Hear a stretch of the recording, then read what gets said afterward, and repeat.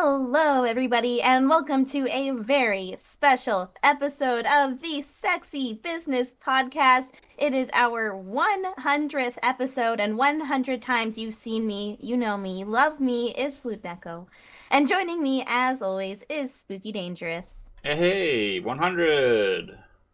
And today we are going to do a very special episode that's probably going to end up being significantly longer than normal because we are going to basically tier our own videos. So we're going through all 99 technically. I don't think we included this video in it. So I guess we're going through 99 episodes.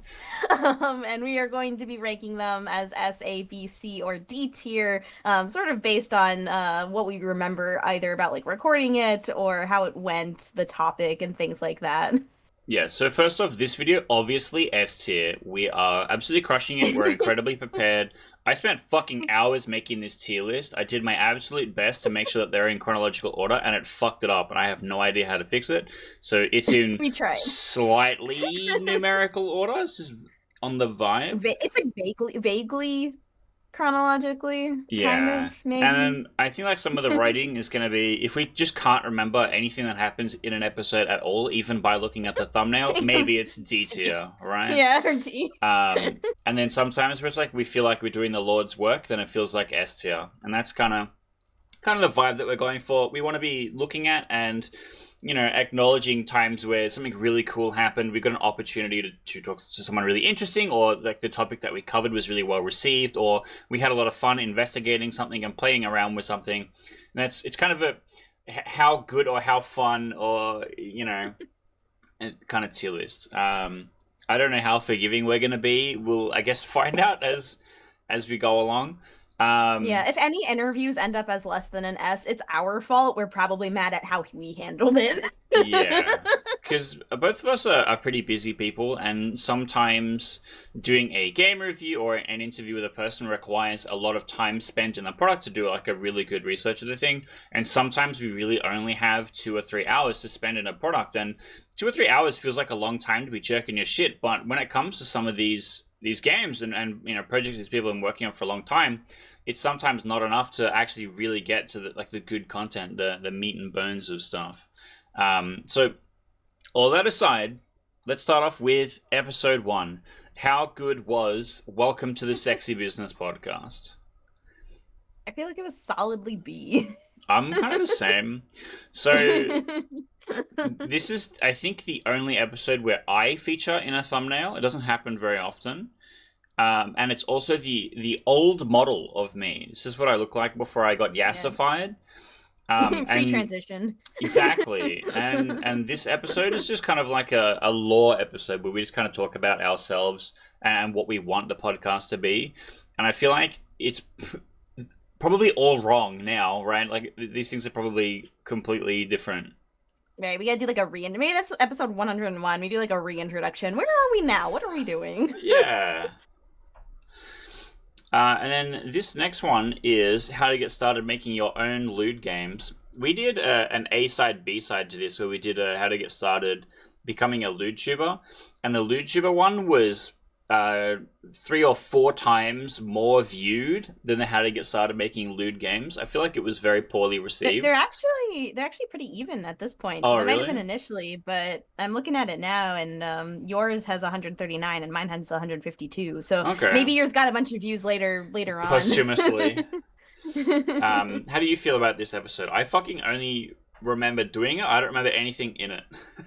I mean, I don't remember anything in it because I don't think I talked much during it because these are very much episodes where like one of us just kind of took charge and the other one went, that sounds correct. I feel like we could probably do an updated version of like how to get started in lewd dev by maybe like focusing on a particular aspect rather than trying to cover everything. Yeah, or maybe more business related stuff and much less game stuff. Maybe. And then next is our very, very first interview. This is... Who Did Dom World came first, actually. This one was our one after it, though. Oh, really? Okay, this is our very second interview. Curses sorting algorithm for putting this before it. This is the Shady Lewd cart developed by Shades. Shout out, fellow Australian. Who I still chat to, like, and we still work on stuff together. So it just kind of shows you how how the podcast existing has shaped our work here at THM, which is kind of cool. This one in particular, we got to talk a lot about just the publishing side and stuff, and Shady Corner, the website that he operates, has grown and changed so much in that time. So maybe it's worth coming and having a look back. But I feel like these early interviews were so much more raw, and I hadn't played Shady Lewd Carts. We were kind of just talking more about how I got running things and stuff like that. What's your feeling on this one?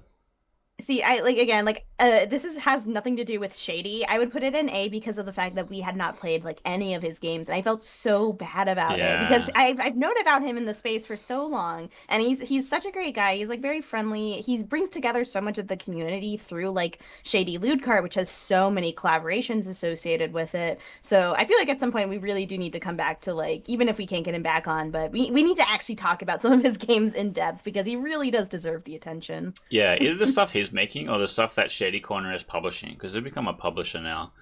And yeah, I think you're right. Maybe it is something worth revisiting. Okay, now the next one, I can't even read the subtitle. I think it just says This is the our cat parasocial Neko, the head episode. bat. Is this our first parasocial episode? I think so. Because from memory, that was big filler. Yeah, maybe this is D deep. tier.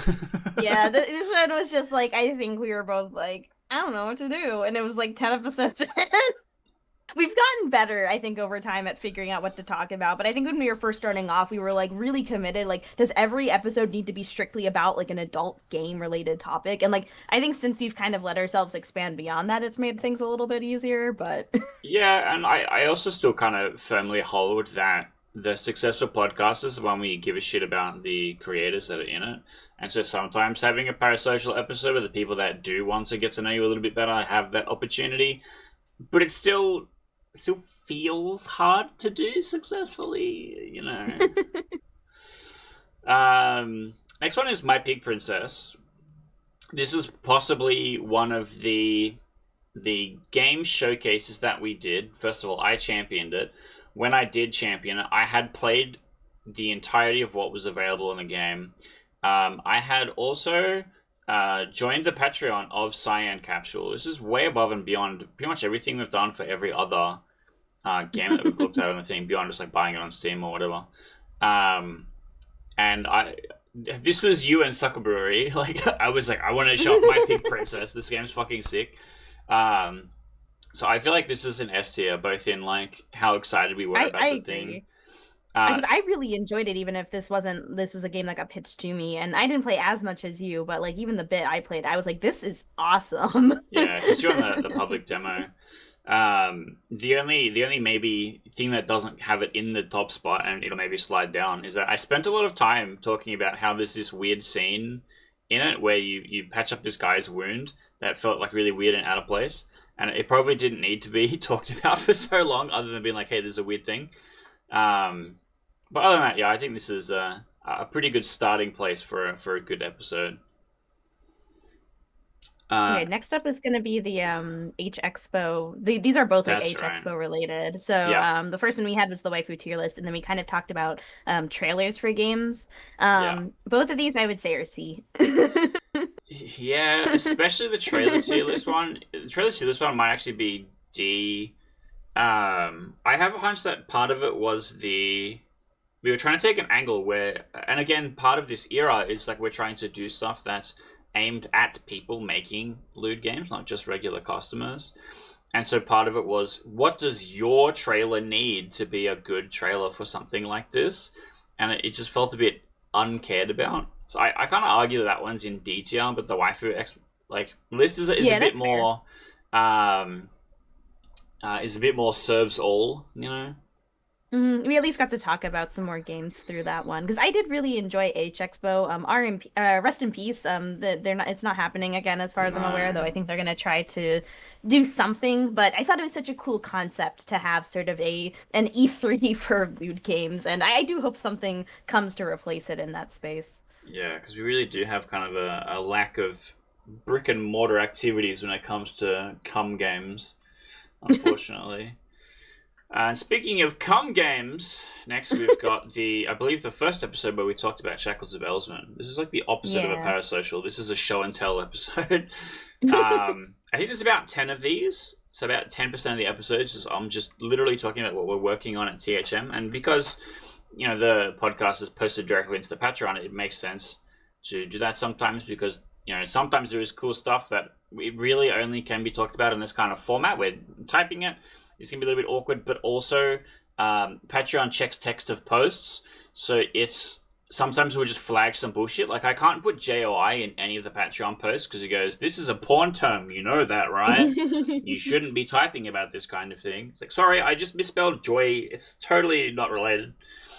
And I kind of move on. Whereas YouTube doesn't care what weird slurs and shit Neko's always saying, so it kind of is fine. And I get to talk about, hey, this is the new cool update that's coming soon for Shackles of Elsman. So I think this is probably A tier. I think most of the show and tell episodes are like between A and B. I think this one is more on the A. Yeah, especially because there are cases where like both of us have played the games extensively, so we have a lot to talk about. And then, of course, it's kind of like an interview because I get to basically ask you questions about stuff. Yeah. And my ego says that that's very good and fun for everyone else to watch, and therefore it's in A tier. Next is our first Steam sale rake. I believe we did this twice, right? Did we? Maybe. I guess or maybe we just talked about doing it a second time. But the first one was interesting because we didn't play any of the games that were on the Steam sale, pretty much. We just had a look at what was there. We had a look at the page, like the Steam page. I went, okay, is this good? Does this make me want to buy the game? Look at some trailers and kind of got a vibe for some things. Now, this is also before the giant AI slop explosion. If we did this now... it's like a more innocent time. Yeah, it's like 2 years ago now. If we looked at it now, and I'm seeing videos that come out now, which is like, hi, I looked at every game that came out on the 30th of January, and it's like, of all of the adult games, 90% of them are AI slop. So I just really don't think we could make this video today. And so maybe it's like a paleontological gem at this point. How do you feel about this one? I did enjoy this episode. I mean, I really like a lot of the episodes where we get to talk about a lot of games for a little bit. Because it's just like it's fun for those games where you're like, I might not ever play this in depth, or I don't think I could do like a 30-minute review of it, but I do want to like feature it or highlight it in some way. And so I think it's a B. I thought it was fun. I'm kind of excited if about Steam this. ever adds like a no AI like filter, then we can go back to it. Please, for the love of God. Because the current server that they're using is just not good, and people just lie in it, and Steam's like, okay, that's fine. Next is we got banned on Patreon. So this feels a little bit like a clickbait episode. Because what happened was we got banned on Patreon. They didn't tell us what the problem was. And then after reaching out to them with an email, they're like, oh no, you have titties in the banner and you can't do that. And so I changed the picture and they go, okay, you're fine.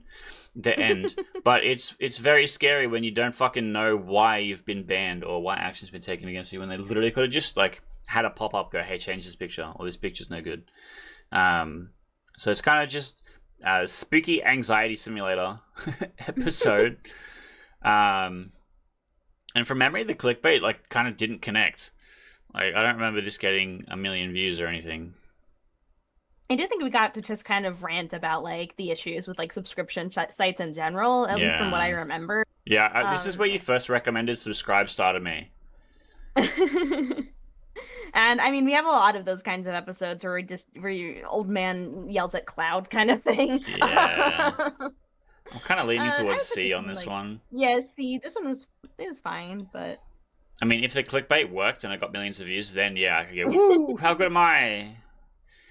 Next is the Zenless Zone Zero Waifu tier list. Now, a lot of our character tier lists like this, all of our tier list episodes in general, except for this one, because it's fucking sick, don't do very well. This one in particular, I think we're a little bit ahead of the game because Zenless Zone Zero hadn't kind of reached its peak yet. I think if we went back, like there's been so many waifus released since this video.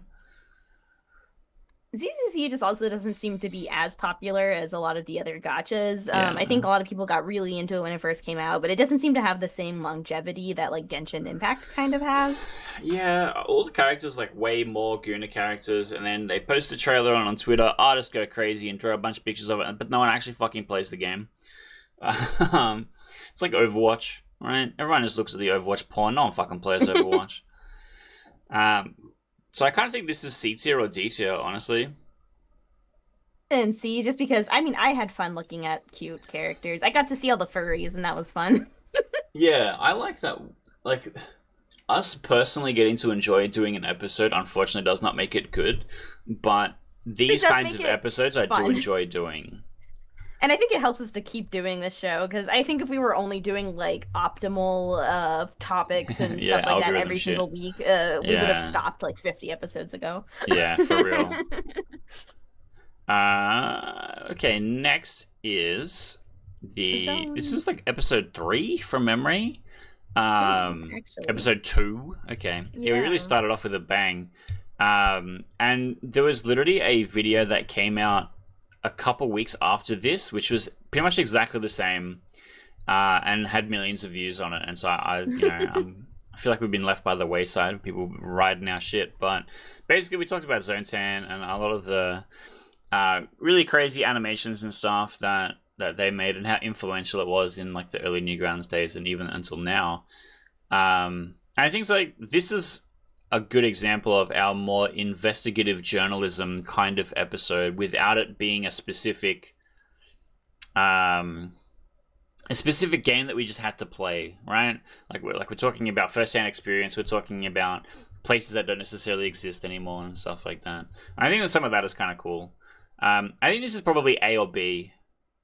I would put this one in A because I think it was also a good first like real episode because Yeah, Zone is such like an origin point for a lot of people like kind of like in our age bracket who are like into like lewd games where it's like, oh, you saw like this on Newgrounds and that's why now you're doing all this stuff on Steam.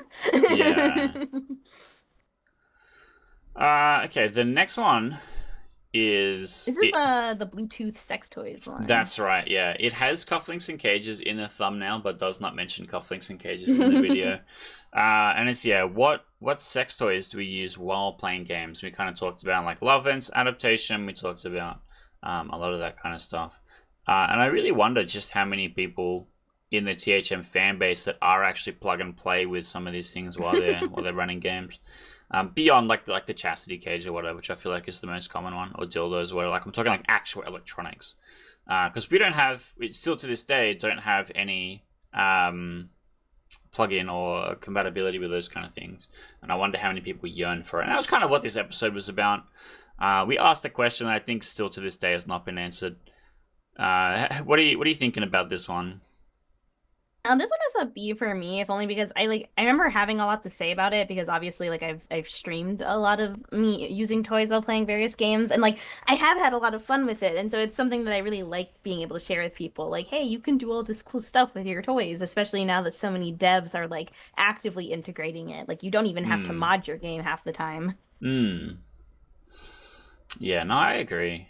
This next one was our first like really businessy episode from memory. I remember championing this one really hard because RFH Games had a thread on Twitter where they literally posted screenshots.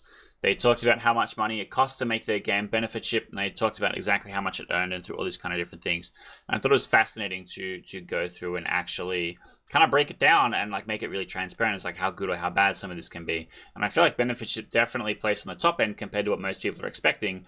And the trust in the platform has eroded a bit since then because of AI slop. So I think it is a lot different than that now, but I still think that kind of transparency is really important. So I actually kind of on the business side, not the sexy side, rate this really, really, really highly. How about you? I don't remember as much of it. I think definitely because like this was one of those like you taking the lead episodes because Yeah, I don't know about money. But I do think it was an interesting discussion and it was cool to see Benefitship be so transparent about money because that's always like one of the big things that gets talked about in like lewd game like communities is like oh these devs are just milking millions of dollars from their game because they don't realize that they yeah, have to pay for things. yeah. I'm happy to put this in A or B. I think it's a good B episode. Okay. I might put it just below our Welcome to Sexy Business podcast episode. The other good thing about that episode is that it pushed me to get in touch with RFH Games to get Benefitship onto the show and get them on as an interview. True. So it's kind of like an early domino, I think, in us doing more and more interviews, which is kind of cool. So this next one is a topic episode where we talked about Monster Girls. From memory, we just picked a bunch of different types of Monster Girl and went through it. See, that's the weird thing is like, okay, I'm a huge monster fucker. I don't remember what the fuck we talked about in this episode. Yeah. Like, gun to my head, I'm not sure what we talked about. It's a little bit interactive slideshow, I think. Yeah, I think we literally just were like, here's another kind of monster. This and for that is reason, a werewolf. I feel like we could do a better version of this by looking at like one of the major like Monster Girl games. Because I know there's which we did. We did Monster High more recently, which is a similar vibe. Yeah, Monster Prom and stuff like that. I know there's like a really popular Monster Girl game that I've never played. It might just be like Monster Musume something or something, whatever. But it's like really well known for having like a really good plot. Like that's like the whole joke about it is that it's like one of the most peak like adult games of all time because Katawa it has Shoujo like, an insanely good plot. Yeah. Monster Girl Quest, that's the one. Yeah, okay. So maybe someday we'll end up talking about that like way down the line. Yeah, sounds good. But I think that means that this episode is D tier. Yeah, unfortunate. Womp womp. Okay, next is the Tales of Androgyny episode. Now, this was at a time when I was trying to get slideshows and screenshots of everything happening, which in TOA is abysmally difficult. So the actual visuals, like it has something, and more modernly, we kind of don't fiddle around with stuff too much. Sometimes I'll stream my screen like this episode. Sometimes I'll just have an animated background. This one we're trying to do a slideshow, and I don't know that it went too great. But TOA is kind of a classic, and I feel like us talking about it went really well. And also, our first batch of shorts was created from this episode. And so they replay a lot. Episode. Because both of us really liked the game. We had a lot to say about the game, and there's so much that's going on in it. Like from its like art, its characters, the kind of sexual content, the gameplay. I think this is like kind of up there with like My Pig Princess, where like we had a lot of fun, really getting into like a game that we both really enjoyed and had some experience with. And it just had a new update recently. So maybe now is a good time to come back and maybe we'll end up revisiting it. That'd be fun.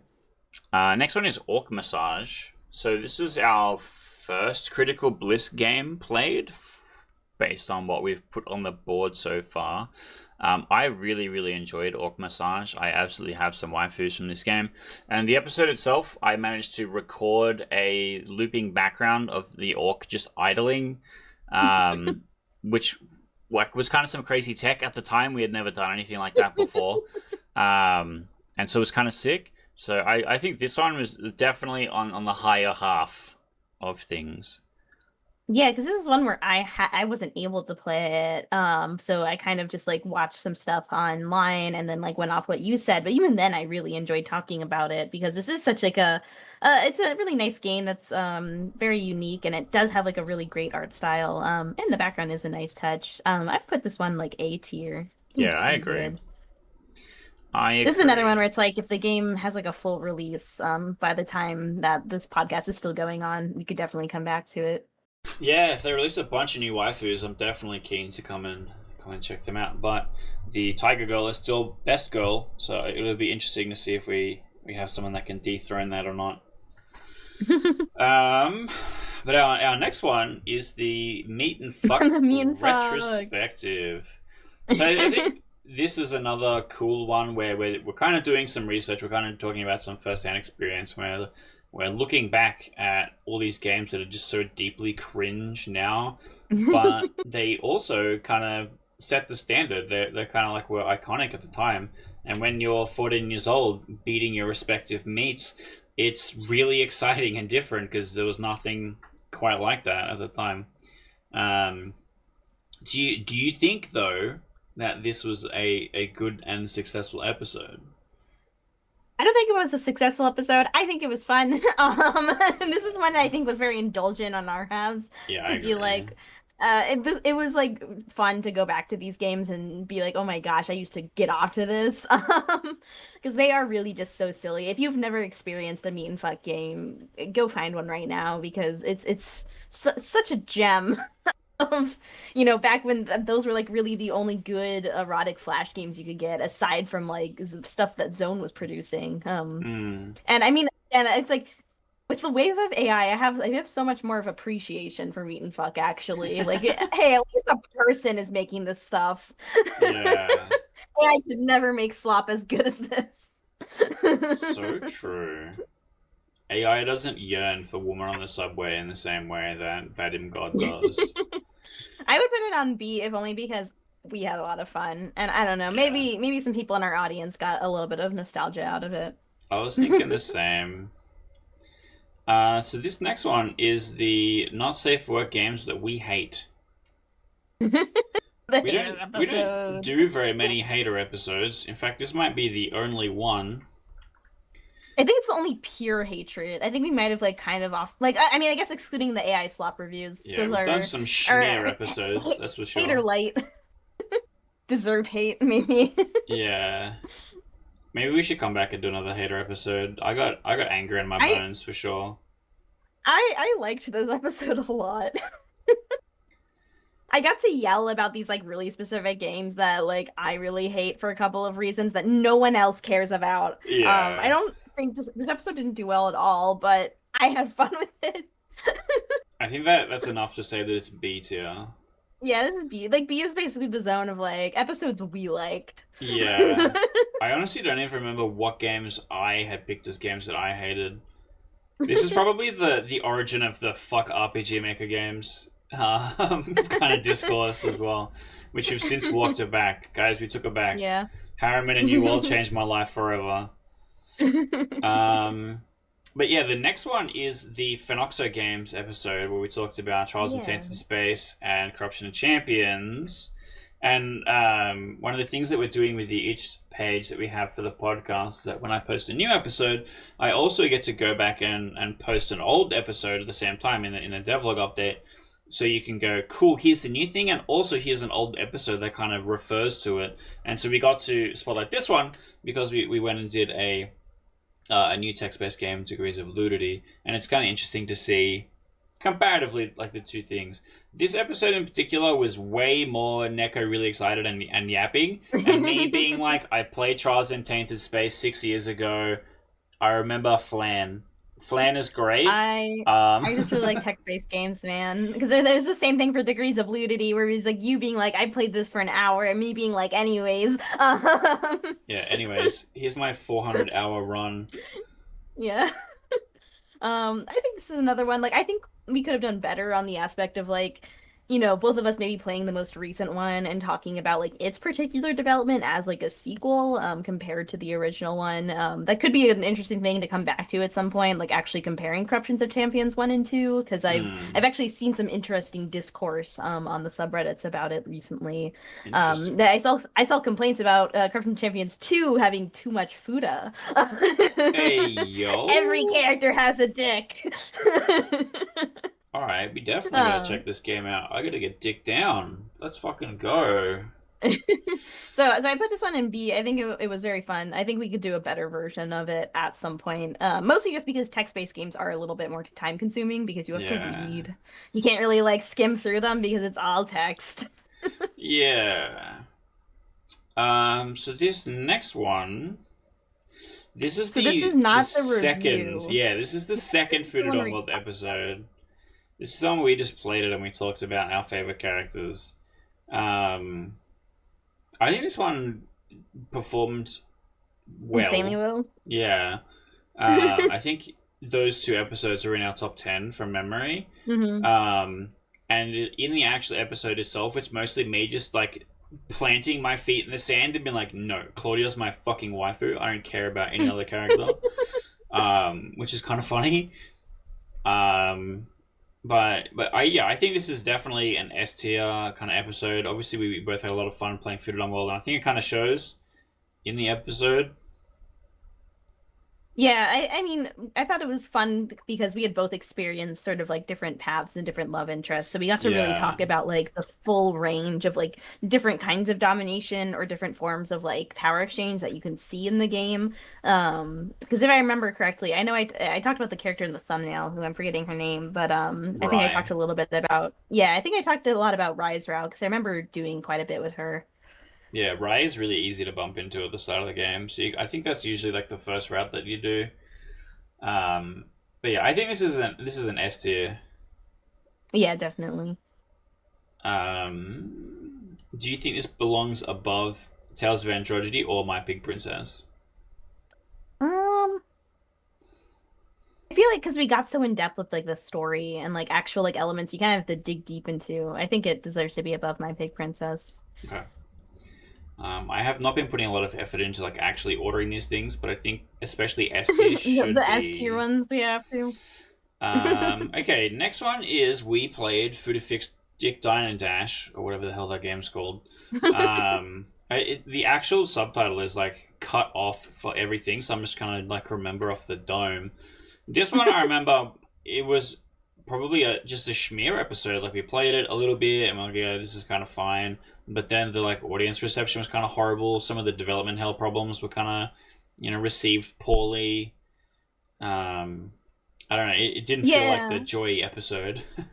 Yeah, it was an interesting one to talk about because it's not what I would say is like evil where it's like absolutely horrible or irredeemable. It just has like a lot of these like weird quality of life things that are not done correctly. And maybe that's been fixed because I remember we were talking about there was some issues with like saving or the gallery or something around Mm, the time that we had talked about it, and it's possible that's been fixed since then. And I do think, the animation is really good quality. Unfortunately, the Fudas did not have balls from what I remember, which, major L. huge L. But I do think it would be interesting to talk about the other game from this company in the future because it seems like that one has been really well received. And it's much more of like almost like a traditionally animated hentai where they're trying to sort of invoke that like classic like 2010s hentai feel to it. Okay. Yeah, that sounds like something we can put on the list. As for now, I feel like this is kind of a C tier episode. In that People it's kind liked of it like, though. really? I It got 500 views. okay. Because I worry that it's like, oh, I'm so excited to play this game. Oh, they were just like really fucking negative about it for like the whole second half or whatever. Whereas some of the other Yeah. games where it's like, oh man, I'm so fucking excited to play Fantasio, and then we spend all this time talking about how dog shit it is, and you go, okay, thanks King, you saved me one. This doesn't feel like that kind of situation. Where do you think this should go? I would be if only because it seemed like people liked it, or at least they Yeah, liked getting feedback on like a Fuda game that I think a lot of people in your audience maybe would have very immediately interested in Fruity bought, Game. Yeah. and they were able to get some perspective. Yeah, I've put it in high B. I think it's not as good as the how much the indie devs make. I have a hunch that Welcome to Sexy Business Part it should be the first spot in B. Um, but yeah, I'm kind of happy with this spot. Yeah. Next is who has the best taste in waifus. This is like episode 6 or something. No, episode like 5. This is in the top 10. The 3. first 10. Yeah, there we go. And I remember this is you and I just like talking about the waifus that we have. And I fucking guarantee you that if you ask me off the dome to give you 10 waifus, none of them will overlap. I've just acquired so many waifus since then. Shout out to Kana from Blue Archive, a game and media I've not consumed in any fucking way. I just think she's very cute. And Freeran, who's just fucked up the game forever. Yeah, and I mean, I think that like what I liked about this episode is I think it was kind of more of like a get to know each other because like Yeah. in these like first 10 episodes, we were also kind of still like getting each other's vibes basically because it's like a good podcast requires some form of chemistry. And it's really hard, especially with not being like physically present, like figuring out like when you should speak or when you should just listen and let the other person Absolutely. talk or like what to say next. And so I think a lot of these early episodes, even if they weren't always great, I'm fond of them because I think they helped us to kind of get our stride and get more comfortable with each other. And that's what I think this episode was, where like it was just us talking about like essentially our favorite fictional characters. Yeah, so I think if you're a parasocial viewer, this is a fantastic watch. I think you're right because like we literally didn't like hang out or like spend time together before coming and recording the podcast. Yeah, So the mutual first acquaintance. episode is very much like, "Hi, this is what I'm like," and I'm like sick taking notes and shit. Whereas this is like very much coming back to that. I mean, okay, look, it's kind of help get a vibe, and I feel like we do a good job of not overlapping a lot when it comes to a topic, but still having the same overall understanding of things. You know what I mean? So when we, like, for example, with the Fidodomald episode, you naturally chose different characters. We didn't plan it in advance. Just when we went to talk about the episode, you're like, oh, I did these routes, and like I just happened to pick different ones, and so it naturally helps us go through and explore more of a thing. So when we come and talk about it together, we're not just head nodding over the same parts that we played. We actually get to talk about a wider range of stuff. So I feel like it fits really well with what we were doing. The actual episode itself, how do you think this one went? I think it's kind of hard for us to highly rate the more parasocial kind of episodes. I would still put this one in C. Like it probably would have been a D tier episode if we hadn't benefited from it in some way. Yeah, But you get to learn a little bit about us, and we got to get a little bit more comfortable with each I other. think So I this think is that was top like of the C. purpose. Yeah. Yeah. So this is Love Sucks Night One, Night Two, One. Night Yeah. One. This one's night one. Okay, yeah, number 30. Hmm. So I think the first one wasn't as good as the second one. I think the second episode we did on it was so much better. Because this was one of those ones where I think I just watched you play it on the VOD, and we talked a lot more about character design and stuff, but there's so much less characters. Whereas in the second episode, we get a couple more characters, a couple new favorites. And it was, I don't know, it felt like I was more excited about the second part. And maybe I was more excited about the second part because we had done the first part. What's your feeling on this one? I still really liked this episode, because like Love Sucks is a visual novel series that I did really enjoy, and I remember having a lot to say about it because I do think it's like writing and art and style in general is really good. So like I would put this one in either like high B or low A, with the second one probably being S. I feel like the second one was actually really good. Yeah, I agree. I think the second one was kind of S tier. Um, yeah, I think we can put this in high B. Let's put this next to Welcome to the Sexy Business Podcast. I think that's a good shout. And then next is, it's kind of another schmear episode. This is Does Jenny Really Have It Going On? This is kind of like a controversy thing that I didn't really see anybody else talking about, but Jenny's Dong is a series that was originally on Newgrounds, and then they ported it to Steam and started charging money for it without really adding a whole bunch of extra content or anything. And onto Doxy, who is top 10 greatest artists in the field, has just only released bad games through either not being skilled enough to make stuff themselves or working with a publisher that's kind of done them dirty. It's just kind of been really disappointing to have such a high profile person go through and not succeed multiple times. And people in the Steam comments also kind of complain that this was maybe a cash grab. There isn't really any gameplay. It's very barely a visual novel in some ways. And so people complained a lot. It got kind of review bombed poorly. And this was kind of going through and talking about it because I believe Hazel in the Deep had just been announced and was coming Yeah. soon. And people were already like, yeah, maybe. I do think this episode was pretty good. And again, it's kind of in the same realm as like Food Fix, where like it got well received because of the fact that like you make similar content, your fans are probably likely to be interested in these games, Yeah. and so we were able to kind of be like, hey, here's a couple of reasons why you might want to like either avoid or wait for a sale. I would put these ones in like the wait for a sale category of like the art is still really good, but it has like a lot of weird quality of life issues that a visual novel should not have. Yeah. Visual novel really is the lowest tier complexity of game to create. So if you fuck that up, it's kind of not a good sign. If you fuck that up 5 times, it's kind of not a good sign. Yeah, You put it I right think. next to food effects. Yeah, yeah, I think this one was maybe slightly better because I had a bit more insider knowledge. Um, because and again, I'd played Jenny's Dong on Newgrounds when it came out in fucking 2000 and blank, right? And then got really excited about it coming to Steam, only for it just to be the exact same game. So yeah, I don't know. That's a first-hand injury I received. But next we have Subverse. So I think Subverse is one that just kind of demanded conversation to be talking about it because it was the #1 earning adult game on Kickstarter ever, and I think it still is ever. And the game's just okay. Like I purchased it and I played through it in its entirety that of what was available at the time. I think there has been one update since I've played it, so maybe I should go back.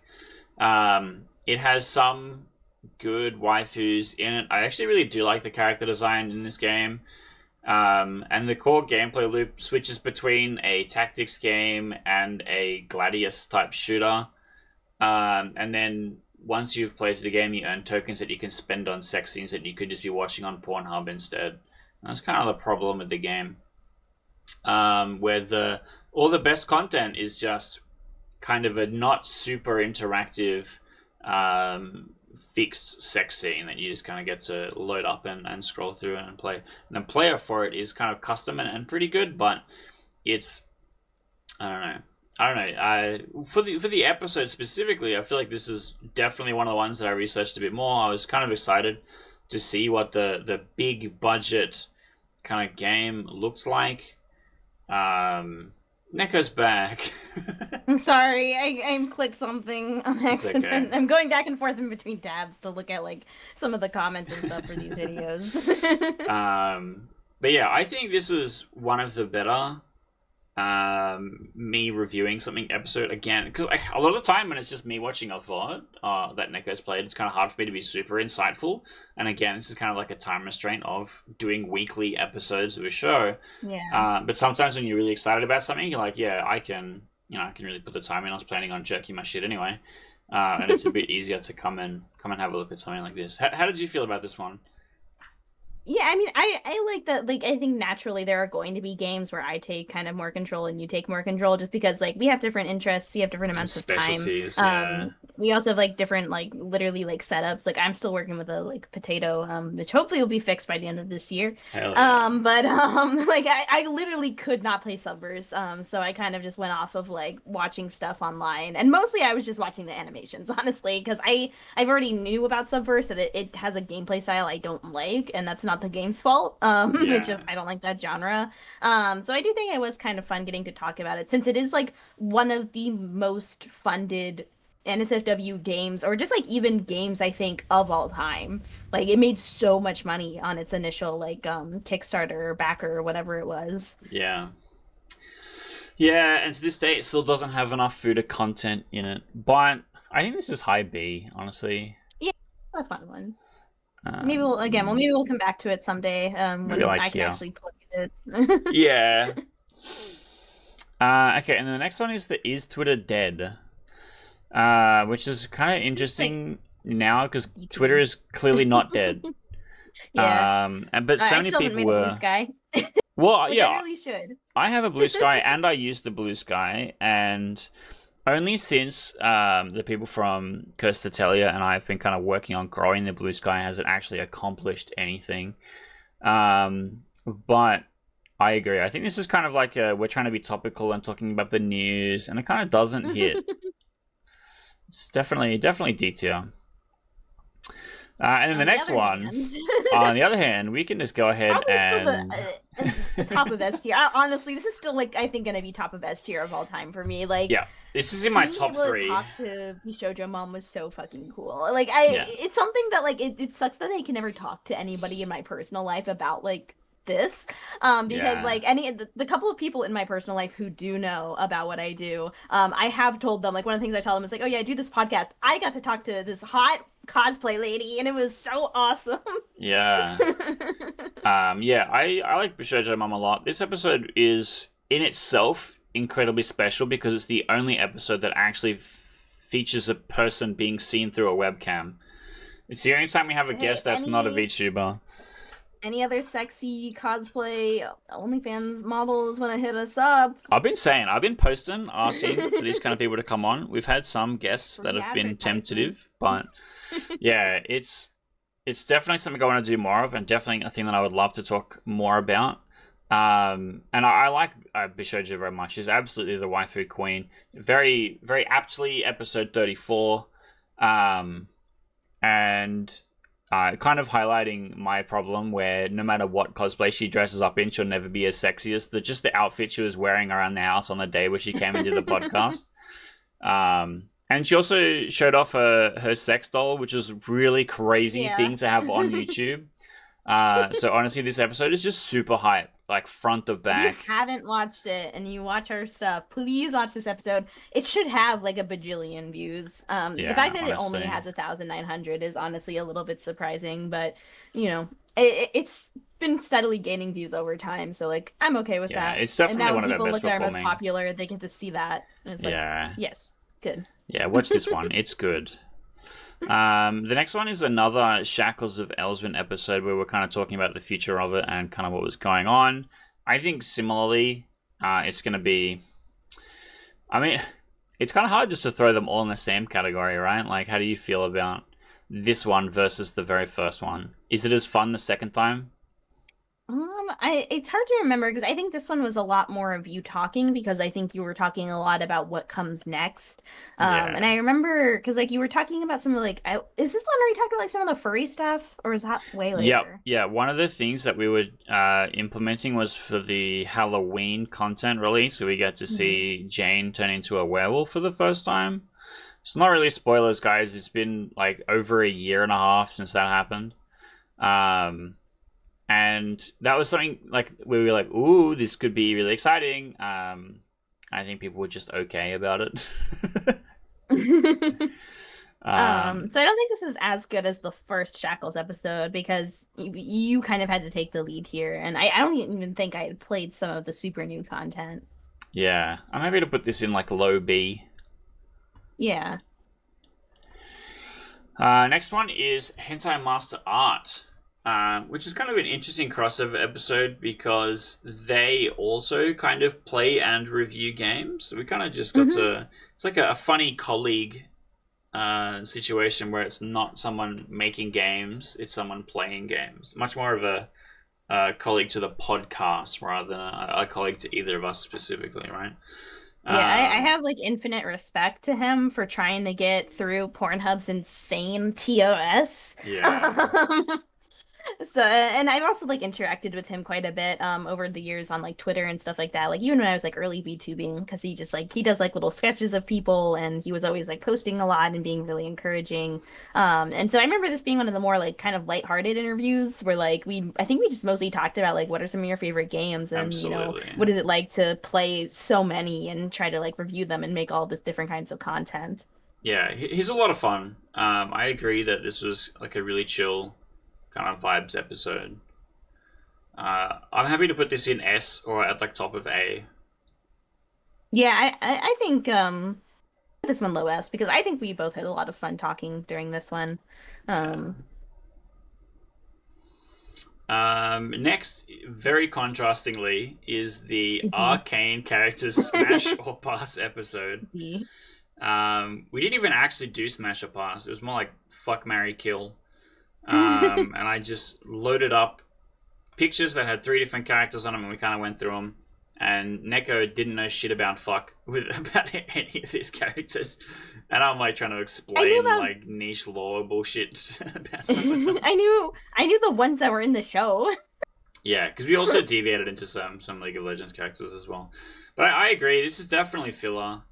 This probably belongs in D tier, maybe above Monster Girl episode. And then we've got Cufflinks and Cages leaves early access. So this is kind of an interesting one. But I feel like this is a THM news bulletin kind of episode. And because it's not about Shackles of Elswyn, people care about it way less. I mean, it's still got a decent amount. Like it has 300-ish views at this point, so people had some interest in it. And I remember enjoying this one because it was you talking about it going into early access, but it was also just I think our first time talking about it in depth on the podcast. So Yeah. we got to kind of talk about like what was good about it, what was bad about it, what made it unique. Yeah, it was a little bit the Cufflinks and Cages autopsy, in a way. I'm happy just to kind of throw this into B tier, to be honest. Yeah, that's okay. It's maybe better than Shackles 2. If only because you were talking about something different. Yeah. And so the next two, we're gonna skip this middle one here. We have The first one is how the show did. Yeah, okay. And then the second one is Our game of the we year. picked our own top fives from memory. This is Yeah. where I first it was mentioned just Lord games we Goblin. liked. But yeah, these are both exactly the same. Honestly, we recorded them in the same session. A lot of the actual thing itself was very similar. And this was not 2025. This was the end of 2024. Mhm. And then last year we kind of came back and did something similar, and I think went pretty well. It's a little bit more of an awards show. And then episode 99 was a little bit more like the look back at the 2 years of the show, instead of kind of doing an end of year one in the same way. So I don't know. How do you feel this goes? Is it fun to look back and see what's going on? Do you think people care about it? I think this one episode was helpful for us. Yeah. I don't know if it was super interesting for the audience. Because this one, it has a couple of comments, but it has some relatively low views. It's only at around like 70. But I think it was a good chance for us to kind of reflect on like what we actually wanted to do. Because I think both of us were kind of surprised we had even made it that far. Because I think early on we were kind of expecting like maybe this will get 10 or 20 episodes and then we're going to get banned, or like we're just going to both give up. Yeah, honestly, I thought us getting banned was way more likely than it actually was. And in hindsight, we only had 2 red flags, and we've been pretty fine otherwise, even though Neko's been saying slurs the whole time. He was really good at censoring me. Just, yeah, the editing goes crazy on these episodes. I would put this one in C, and then I put the games one in B, because I do think the games one was more well received, and it was fun. We got to, again, I like any of the videos where we get to talk a little bit about things. Yeah, I've put this just below middle B, because I think us going and doing our top 5 is like kind of really interesting, and some of it foreshadowed for episodes we did in the future, because it was like, hey, remember, I really like this thing, I want to come and talk about it. I think that's kind of cool. It's also kind of parasocial, so it's like slightly better than all the other parasocial episodes, just a bit more on message. And the next one is the first look at the PayPal drama. So this is pre-MasterCard drama. This is PayPal specific drama. And so this is a bit more world news, and it kind of ended up in an American politics spot, and it's kind of overall depressing a watch. But it's like really only worth watching if you're in the industry and suffering the same shit, you know? Yeah. Because yeah, this was when the big Gumroad ban happened, and like all of that content just disappeared in like a couple of weeks, which was pretty big. Because I know a lot of people used to sell stuff on Gumroad. And yeah, this is definitely like these are always kind of sucky episodes to make where like I think they're really important to make and to talk about these sorts of things so people understand what's going on. Because there's so much misinformation, right? Like people are always like, oh, it's the woke libs who are censoring NSFW games. And I'm like, no, it's a bunch of financial dude bros and like credit card companies. And it's important to know that so that way you can like it's always connected back to money. Like that's always the deal. It's money, it's advertisers, it's payment processors, and like pretty much all of these controversies we end up talking about. So I think even though this one kind of sucked a little bit to make because we had to read through all this shit and like feel depressed, I Yeah. think it was a good, especially in those like first couple of episodes, thing to talk about. And I also really like our thumbnail. I thought this thumbnail was really cute. Yeah, I think the thumbnail's a banger.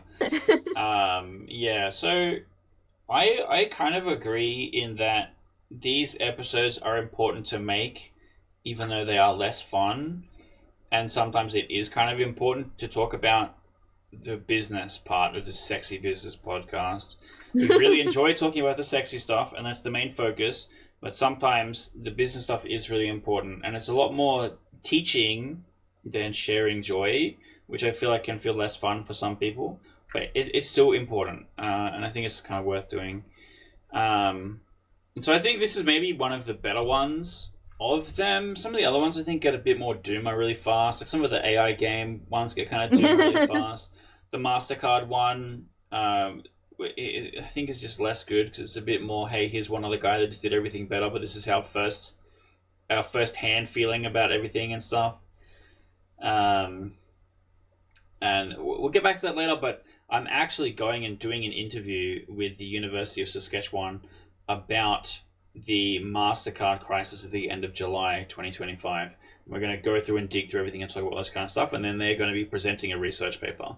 So I'm really excited to see more business stuff that we'll maybe cover in an episode in the future once that's done. But yeah, little spoiler alert, I guess. But for now, I think this one's like high B. I think this one we can Yeah. like maybe put next to Thick Profits. Yeah. Okay, next is Lewd Kitsu. He was so much fun to interview. Because like I've been friends with Kitsu for a while. Like he's kind of been in the YouTuber space for as long as I have. And we had also collabed on like a voice acting thing, like because he does a lot of audio edits. And he was like, "You perfectly fit this one character from Genshin Impact." And I was like, Mm. "Cool, I have no idea who this bitch is, but tell me what to do." And so it was actually really fun to get to have him on here. And I got to learn a lot about him that I didn't know. Like I had no idea that he had like done like writing for games, and stuff like that, which was really fun to talk about. Was this the episode where, like, towards the end, I was just like, "So I want to know if you have beef with people or not. Let's start some drama." Maybe. I remember being a bit of a shit stirrer, honestly. Um, but yeah, I think this is a good one as well. I think this is definitely A tier. Yeah, I would put this one in S, honestly. Yeah, we can. I need Femboy. to. Oh, yeah, true, true. Anything with femboy in the title automatically performs better. Um, yeah, I'm happy with that. Next one is Flipwitch. So this is one that we both played. Now, I have the special autism, and that it comes up in my daily life where I, when playing a game, unless if it is incredibly transparent or obvious about what it wants me to do, then I would just not figure that out. And not like I'm stupid, but like I'm picking up on what the game is trying to tell me to do. And Flipwitch is telling me to jump on platform and complete quest. And so it took me many hours to discover that there was actually porn in this game because I was just so fucking good at the Metroidvania part of it. And you're supposed to see porn when you die, a thing that I was not doing. However, all of the bosses were incredibly cool, especially the first boss, the big lady. And the game is just actually very enjoyable to play. And I think this was one. It was like we played a couple of hours for the show, and then kind of really maybe should have gone back and done more, but I haven't had a chance to. How are you feeling about this one? If I remember correctly, I had played a lot of it for this one because Flipwitch is one I did beat. I don't think I did it on stream though. I think I only streamed it once or twice, and then I did the rest off stream because I remember I had a lot good to say about it because of the fact that I don't normally like Metroidvanias. So the fact that I had like completed this one was impressive, and I was like, oh, that's probably a sign that this is a good game. Yeah, absolutely. Where do you think this one should go? Like this was like a B tier one. Yeah, I think this is kind of top of B. Maybe next to Yeah, that Love makes Sucks. sense. Yeah. Next one is Izumi. So this was a voice actress that came in. Yeah, another VTuber that came in. We haven't had many opportunities to do VTubers. Very often we are trying to teach our guests how to use a VTuber setup. And also from memory, Izumi is also Australian. And you know, we get to kind of bond over that as well. How do you feel this one went? Yeah, I mean, I thought this was fun because we've only had a couple of episodes where we got to interview someone who did like more like voice work kind of stuff. It was like I think we talked a little bit with Kitsu because he's done some like informal voice work for fun. Izumi's done a lot more of like the ASMR like roleplay route, and then we talked to Zarni Whoop who did a lot of the Gone Wild audio. So kind of like the spectrum of like kinds of audio you can do basically in the erotic space. So I think this is a nice one to talk a little bit about what it's like to make that kind of content. And you know, her model was super cute. Yeah, and also we got to have some like fun behind the computer stories where she talks about what it's like trying to juggle home life and working on adult content. Yeah, I think this one is definitely kind of a banger. I think maybe high B, maybe low A. Put in low A. Yeah. Yeah, I'm happy with that. Next is the Sleeve Shock episode. Now, from memory, we only did one of these. Yeah. And this was, you had just played all of the recent content, and we got to come in and talk about it, and then talk a little bit about what direction the game was heading in. Remember that this one did really well, and that I think both of us kind of had a lot of fun with it because it was like obviously it was fresh in your mind as someone who works on it, but it was like really fresh in my mind because I had streamed it and I'd also gotten to like see like audience feedback while I was playing it, like just like what people in the chat were kind of saying about the various scenes. And I think we talked a lot about like I know there's like the one like Fuda on Fuda scene or stuff like that. Yeah. Right Infamously. in that scene. Infamously. Or like some of the gender stuff that's going on in Sleeve Shock, and I all of that is always fun to talk about. Yeah, the deep lore is basically I have one guy on Patreon that whenever there's a Fuda X Fuda scene, he's like, "Ick, why have you done this? Fuda must be dumb. Fuda cannot be sub."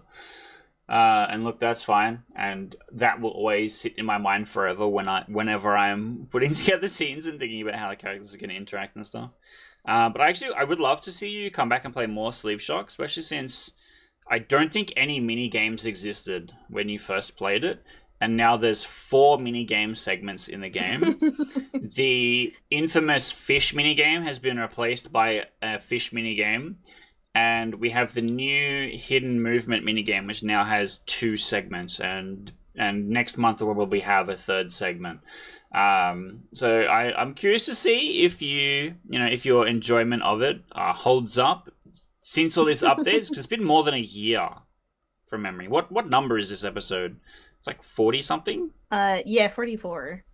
Yeah, so it's been 60 weeks since that's like 23 updates or something. So I guess we're gonna plan to see an updated version of Sleeve Shock this year. Yeah, I think that would be good. Where do you think this episode should go? This one was really fun to talk about. At least from what I remember, our discussion was pretty good. So I put it either like high B or low A, honestly. Yeah, no, I agree. I'm gonna put it low A. Okay, next is the benefits ship interview. What if your roommate was a Fuda? This absolutely was peak. All of our work with RFH games has been really good, and they've been just kind of pretty good to us, honestly. And this interview in particular is really interesting because we get to talk about how to pronounce Solketzer. I don't think anyone really knows the answer still to this day. We got to talk about what it was like kind of making and launching that first game and what the feedback on Steam has been, which is really interesting to me personally because I have mostly negative Nancy's in my Steam comments. How did you feel about this one? Yeah, this one was a lot of fun, especially because we had that episode before where we kind of talked about it from like the financial angle. So it was really Yeah. cool getting to actually follow up with the actual person and talk about that kind of stuff. I also like I know this is like a stupid thing to point out, but I like the character they chose for the VTuber model. It was cute. Her name's Chloe, right? Is that right? Yeah. Yeah, I think it's especially good when we get to foreshadow a guest or a game shows up on the show beforehand because it kind of proves that we're not shills. We're just like, hey, yeah, I secured the Lord Goblin interview because I just really fucking liked the game when I played it. It was in my top 5, and when I saw the opportunity to get them on the show, I was like, hell yeah, brother, let's fucking do this. This was kind of the same, right? Where it's like, I saw the Twitter thing popping off and I got in the DMs and I was asking them questions about it. I was like, hey, I want to know about these kind of things. And I really appreciate you sharing all this. The transparency is good for everyone. Also, do you want to come on the show? Hey, check out my podcast, like every cringe white man says at least once in his life. And so I think this episode is definitely a banger. I think this is S somewhere. Yeah, it's definitely S tier. So fun. Do you have thoughts about where in S it should go? I would put it around the Foodadom World one. Yeah, in third spot maybe. Yeah.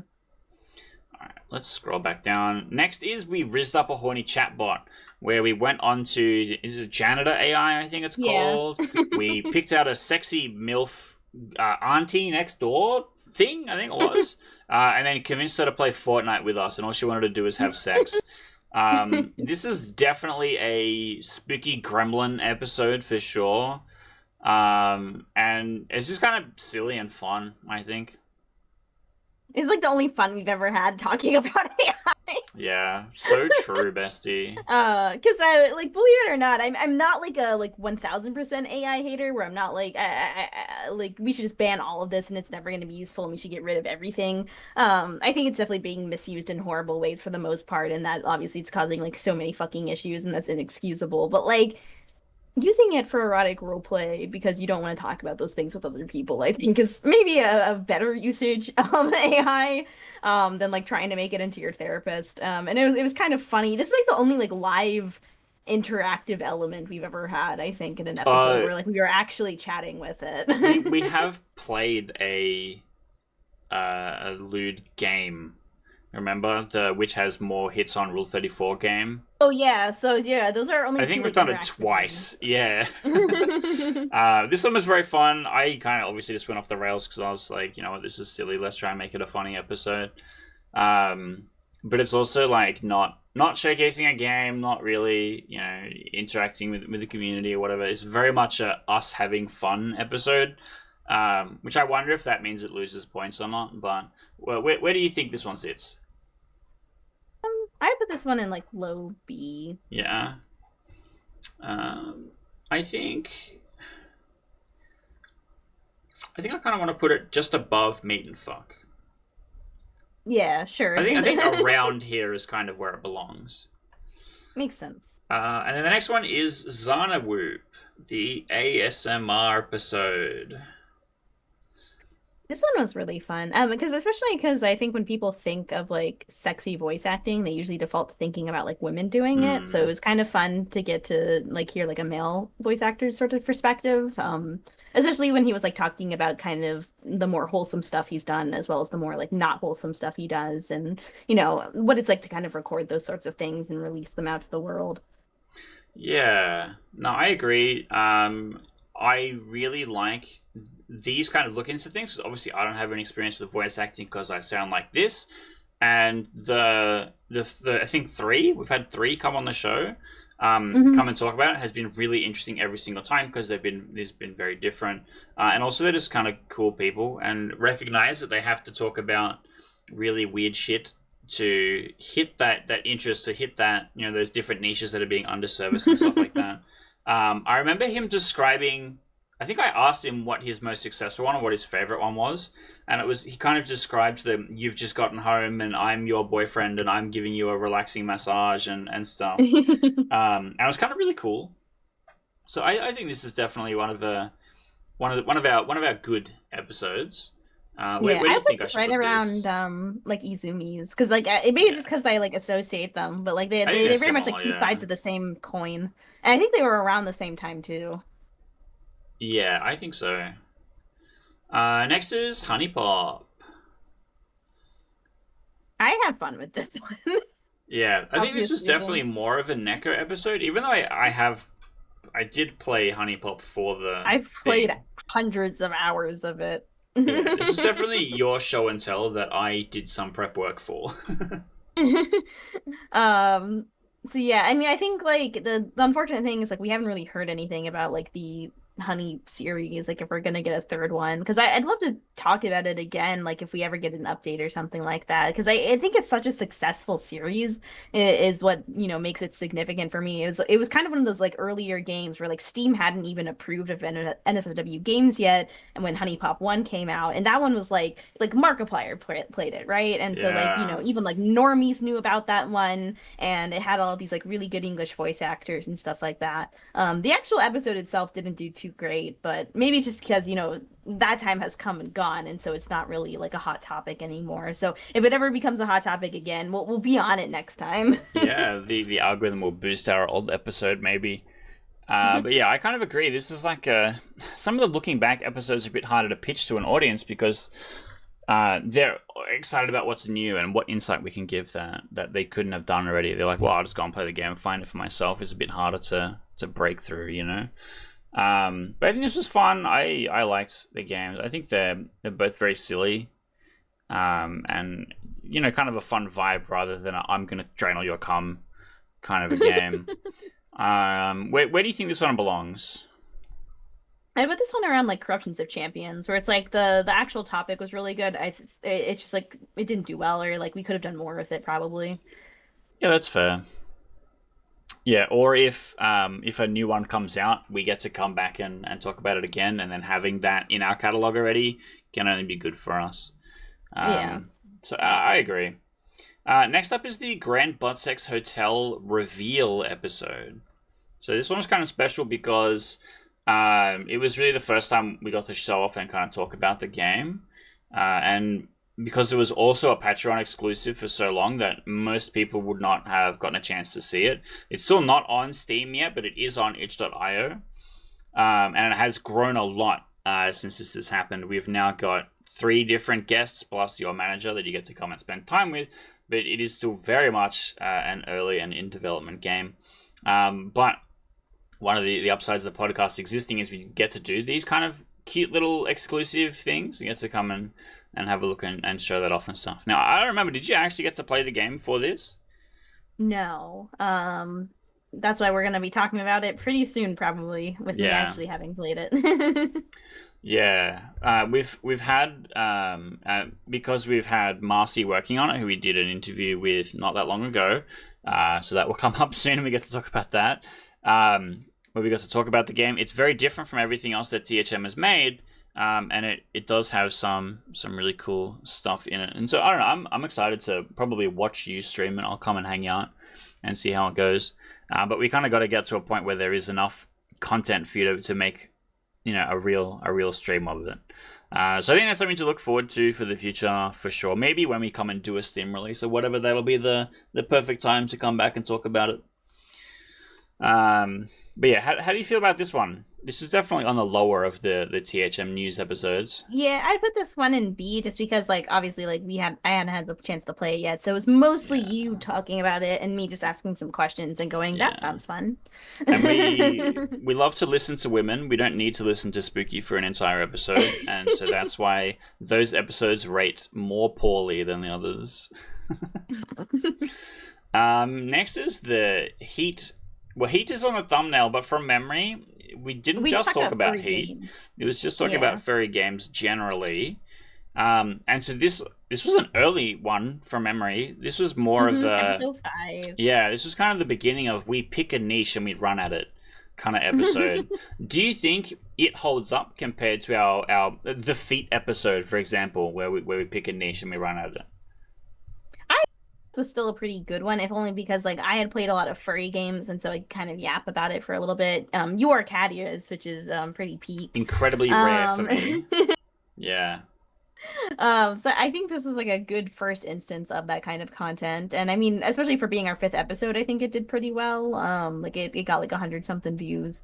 And we've come back and talked about like Heat again, and we'll probably end up talking about a furry game again at some point. I mean, we got to interview a furry dev, and I'm sure that'll happen again because the NSFW furry game space is actually pretty big. It's just very separated from the rest of them. Like they kind of just have like taken all of their stuff and they're like, we have our corner of the internet, and all of you non-furry adult game devs can go do your own thing. I go to furry cons though, and so I'm gonna try and see if I can find any NSFW devs at those cons and like pitch to them like, hey, do you want to come on my show?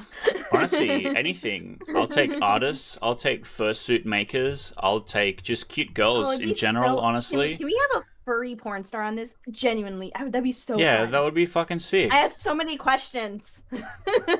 If you're a horse cock enjoyer, please email us at and we'll get you on the show. But yeah, this one in B. Yeah, whereabouts? Big B category. Maybe around like the sex toy episode, like in that kind of middle zone. Yeah. What I'm learning from this tier list is that our podcast is mostly mid. Mid. That's okay. Okay, next is our first AI slander episode where we talk about my femboy roommate. Which sucked. It sucked. I refused to play it for the thing as well. I just kind of, got to experience it secondhand from you. I think this is one of those rare instances where it's just fucking better that I didn't. Yeah, I proudly pirated it. Just to kind of like smash through it and see what little it had to offer and go, I'm so glad I did not spend money on that. No one should spend money on this. Yeah. This is also like pretty early in the AI slop days, so that the art engines aren't that great. I think it's hard to say. I really think our hater episodes don't bring as much joy to the world as some of the other ones. But there's definitely like a solidarity sister kind of vibe. I think it's important though, because again, like a lot of people generally don't realize that these are AI games because they literally just see the title and they just scroll the way down and hit buy without looking at any of the other stuff. Because it's so easy to not see the disclaimer. It's so incredibly easy to miss it. Like I've nearly missed it a couple of times when I was looking at games. And so that's like kind of the silver lining to making these episodes, because I've seen people like in my Discord or even in the comments sometimes who are like, oh, I didn't realize this game was AI and now I'm really glad like I didn't buy this. And especially since this was one of the first like really big ones, and I even saw it talked about on Twitter where people were like, haha, look at this stupid game called My Femboy Roommate. And it's like, yeah, you can make fun of it for whatever reason. Make fun of it because it's AI garbage. Yeah. Femboys are cool and cute and they're in right now and they should call me. This game is not. I think this is also kind of B, honestly. Yeah, I would put in high B just because it did get a lot of views. I'm thinking next to Food Fix Dick Dine and Dash. Yeah, the hater zone. Yeah, real. Next is Me Side. So this is one where you played the whole game. Mm-hmm. I played as much as my soft boy tendencies could allow me to handle. I also the most scared I've ever been on stream. Because I don't play. I was scared watching you play it, and I'm watching you play it in like a fucking 420p video player. And then I tried to play it thinking that I was brave because I knew where all the things were coming, and I also got my roommate to play it, and I watched her play it.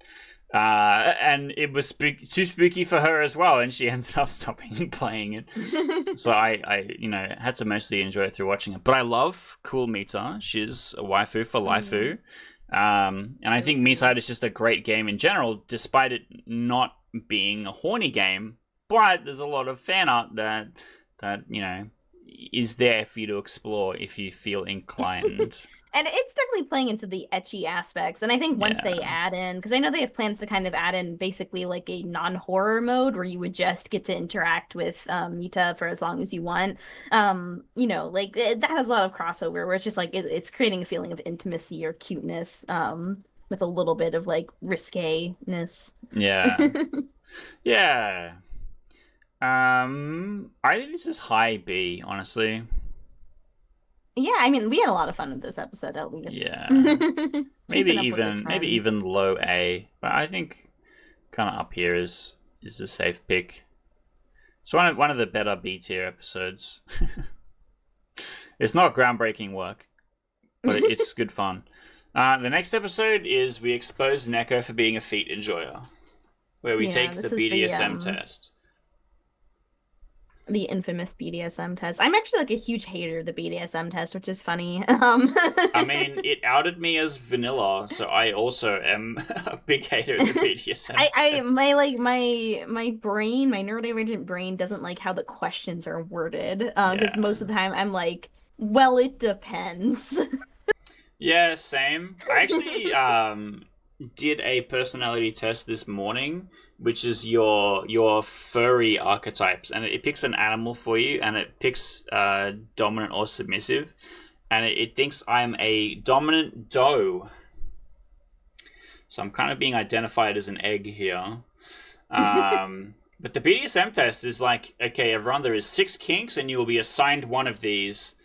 And if not, you are vanilla. And if you don't enjoy every aspect of this kink, it's because you're not a true whatever. It's like you can yeah, enjoy pet play and not want to be in a cage 24/7. yeah.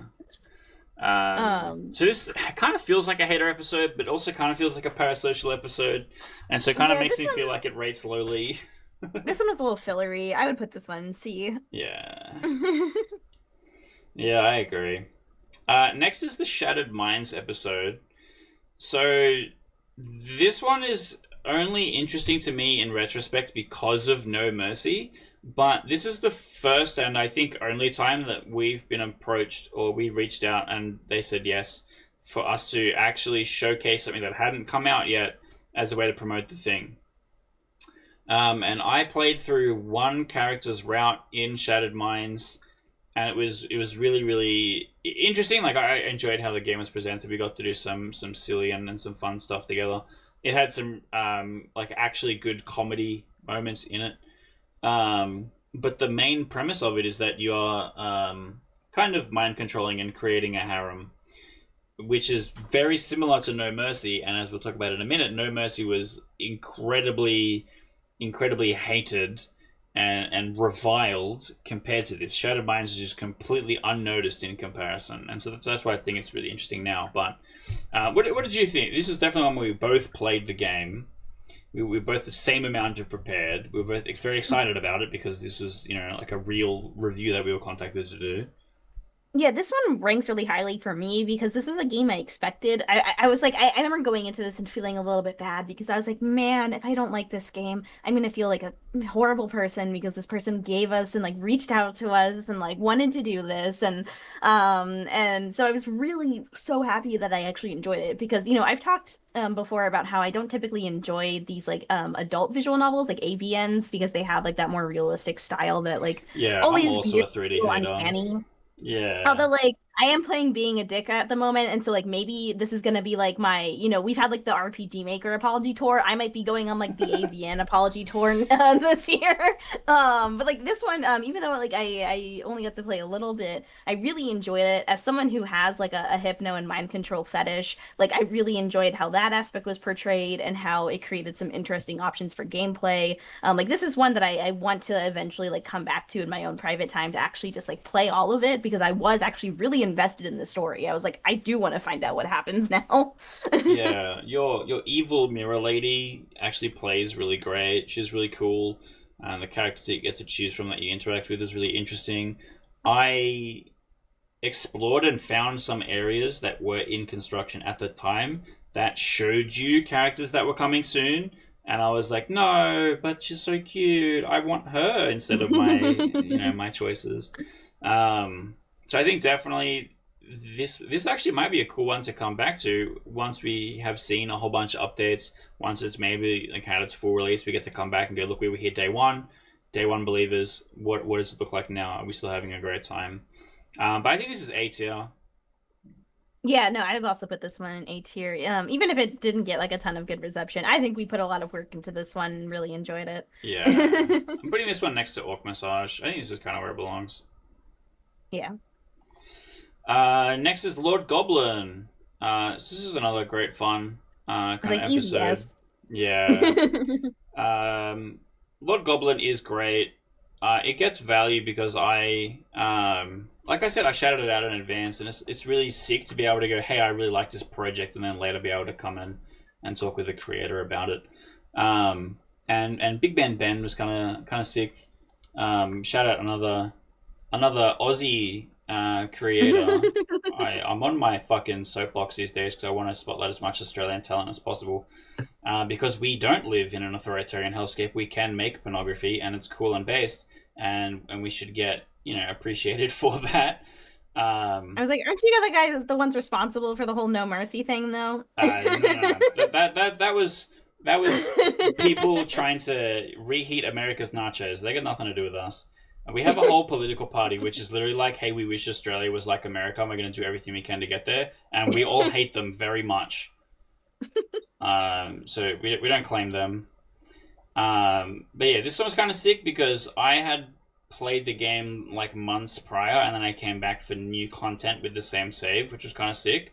And got to play through and look at some of the cool scenes. I really like big titties.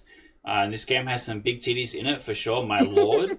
And like you were saying in the episode, it's a cool subversion of trope where the goblin is not normally in this kind of a role. He does not normally get to be shown off like this. It's kind of a subversion of the ugly bastard tag. Because even when he's put in like the like kind of the dominant position, he's not like sadistically evil or things like that. Like something like Ravager, which is very much playing into like being as evil as possible. Like he still gets to like kind of lord it over them, literally. But it never felt cruel or mean to the point that it could become like a turnoff. Yeah, his whole temperament is like, I want you to slobber on my knob, and she's like, okay, master, anything you say. He's like, wow, that worked? Sick, man. I'm having a great time. Which is kind of cool as well, like he's kind of figuring it out. The next one is the Knowledge or No Lady, which that's is like right. a really weird English title. Yeah, hard to remember, and also it's not in English on the thumbnail. This is also a really interesting one because there was a FMV that popped off recently that I watched Northern Lion play, which is similar to Knowledge or No Lady. It's like the Chinese like courtesan. No, not that one. It's actually very similar to Knowledge or No Lady. And at the beginning, the character like comes out of hospital, and the nurse is like, "Oh, I want to look after you," and then you kind of maybe romance the nurse or whatever, and then you end up living. It's 5 Hearts Under One Roof. We made it there, chat. Okay, we did it. Yeah. Yeah, they played that. And I'm watching it and I'm going, I absolutely have one waifu and I care only about her and everyone else can get fucked. Which Knowledge or No Lady didn't quite feel like that. There was like a bunch of characters like, oh, she's really cool and cute, and wow, this really is just one random white lady that speaks perfect Korean. And all these other characters like have cool and fun personalities and stuff. And there's like one random MILF character, and it was not a game I played, but I enjoyed very much watching you play. And it's a game where you watch someone else play it, and you go, oh no, I wouldn't have picked that. Okay, I have to go and download the game so I can make the correct choices. No, yeah, I really enjoyed this one because I do think it's such an interesting subgenre that's emerging. It's becoming really popular really quickly. It is, I think it would probably be fun to talk about. Like, I'd be willing to talk about 5 Hearts Under One Roof or play that one at some point this year. Yeah, or Road to Empress, which is the courtesan one I was talking about. Yeah, because I actually ended up finishing like 100%ing this one during my winter break. Like I realized I liked it a lot and I wanted to see the rest of the content. So and the nice thing about it is it's basically the same as watching a TV show. So I just had like my snacks and like soda and just kind of sat back and played through all of the routes. And if you're someone who's into more of like the cutesy romancy stuff, it's very ASMR in a way because it's all POV and they have like really pleasant voices, and they do the thing where like they hug the camera basically. So if you're into any of that personal attention stuff, that's basically what these kinds of games are, and I would highly recommend them. We also had like the game playing in the background for this episode, so if you're like a zoomer and you need visual This is the stimulation, key this is a signaling. great episode to watch. That's true. I feel like this definitely gets points for us trying to go a bit above and beyond when it comes to the visuals of the thing, because it's not hard to just actually have it playing in the background. I think this is A tier. I think this is high A tier. Yeah, this is a pretty good episode. Again, even though it wasn't well received, I think it was a really fun one to do, and it was really topical genre, and I think we're going to see this genre become more relevant this year. Yeah, absolutely. Yeah, I think Road to Empress did really, Once really we blow up, and we'll start seeing more and more of this. once we get a BL one, it's so over. Oh, yeah, absolutely. I mean, there is kind of a gay subplot in Road to Empress. No spoilers, but hey, yo. Next is Confined with Goddesses. This is one that I championed. This is a game that I've 100% completed, and the game is complete now, I think. And the developer has gone on to make a not sequel, but like a second game that's very similar and has cameos of characters from this game, which is Heels something, Under Her Heels. I don't remember. And then this is very much if you like big titties, you will enjoy this game. No food detected, but it is entirely just massive wobbly knockers at wall to wall. Honestly, did you end up playing this game? I don't remember. I played a very small amount of it. Like I think I Okay. kind of just played like the first hour or two off stream, and so I didn't get like much of like the long-term plot, but I got a sense for like how it works, and I think I mostly ended up talking about like the art and like the animations I was really impressed by. It has like such a unique visual style where like it almost looks 2D sometimes. When you look at like the thumbnail, like if you squint, you kind of could almost mistake it for 2D art, but it is 3D art, and so I thought it was really nice how much detail they had put into making the models look unique. They don't look like, any of the kind of like Honey Select or any of those like generic sort of models. It's Yeah, very it's very nicely painterly. stylized. Yeah, yeah. The stylization goes a lot to make it stand apart. Um, yeah, I think this is one that obviously I still enjoy very much. I'm very excited about this game. And so I feel like a lot of our ranking comes to just like I was very enthusiastic about this episode, therefore I think it was a good one. And I'm kind of feeling the same. But because this was, again, kind of a spooky yaps episode instead of a Neko Gushes episode. All of our Neko Gushes episodes are like really high rated. All of our spooky yaps episodes are kind of low rated. So I think this is kind of still B tier. Yeah, I put like middle of B. Okay. I might put this next to the furry episode. I think that's kind of right. Next is No Mercy. So this is kind of in between looking at a game, but we didn't actually play the game. But we're looking at the controversy around the game, and so we're looking at news sources and articles and player reception and itch.io TOS and stuff like that. It's just so much more news and investigative journalism than game. How do you feel about this one? I actually really enjoyed this one. I think we had a really good take on the controversy. And again, it was one of those like really big ones. I think it was important to talk about and to sort of, because like, previously when we were talking about kind of credit card companies, we were talking about it from the perspective of like, they don't like NSFW content because it gets refunded, because it could be linked to illegal, activities and things like that. But with this one, it was like a moral crusade of like, these games are wrong because they have things in them that are icky and you shouldn't like them. You're not allowed to look at this. And so I think I liked with this one that we got to talk about like the kind of moral censorship and like the problems with that, obviously, and why, even this game is like surprisingly like we've talked about games on this like podcast that are edgier than it by Yeah, comparison. absolutely. Like I've talked about like my horror stuff. We've mentioned stuff like Ravager, which is like again comparatively much more hardcore or whatever.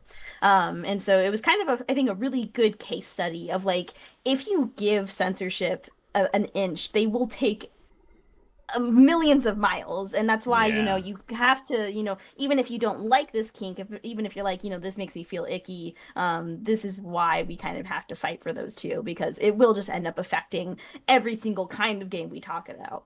Yeah, and in it we also talked about how presenting some of these more hardcore themes isn't only hurtful because some people that have suffered from these kind of things can use it as a way to safely explore that as a kind of therapy and be able to go through and look at it and go, actually, you know, this is not the worst thing in the world. I'm not dead. I'm not, you know, broken forever and I can recover kind of a thing.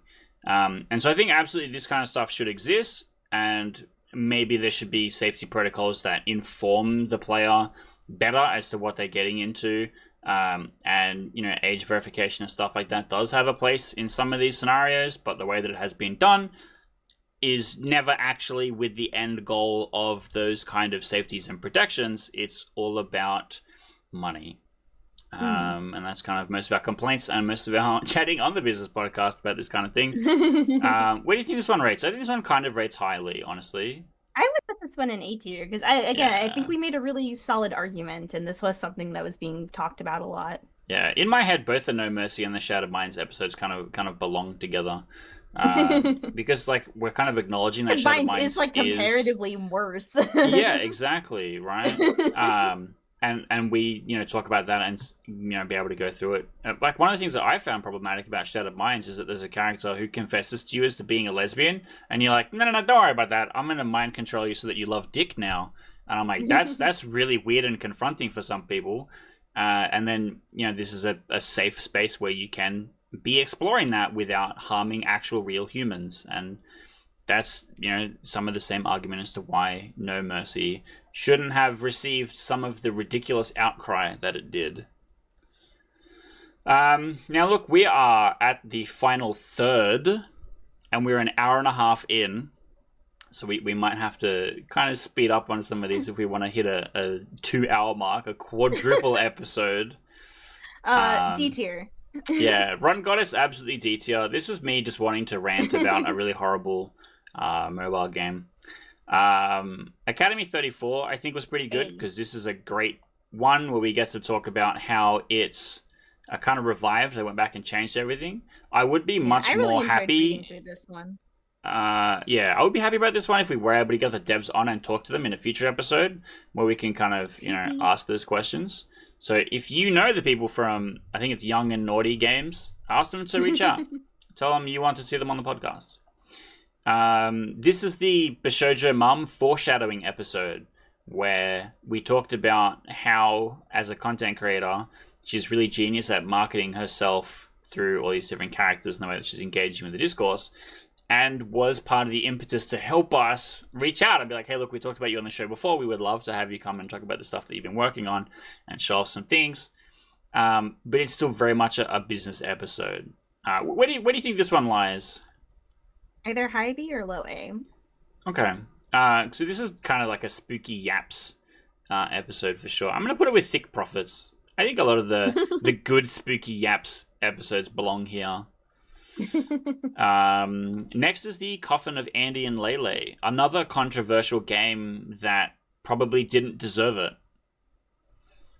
I think it's another like B tier episode because it was fun to talk about. It'll probably be something we talk about again whenever the game gets like fully released to see, like, you know, was it actually as bad and awful and horrible as everyone thought it was going to be, or is it just another RPG Maker horror game? Yeah, you know. I brought this up not that long ago when talking about RPG Maker games, and it was like, yeah, what about the Coffin of Andy and Lele, which is actually a good game.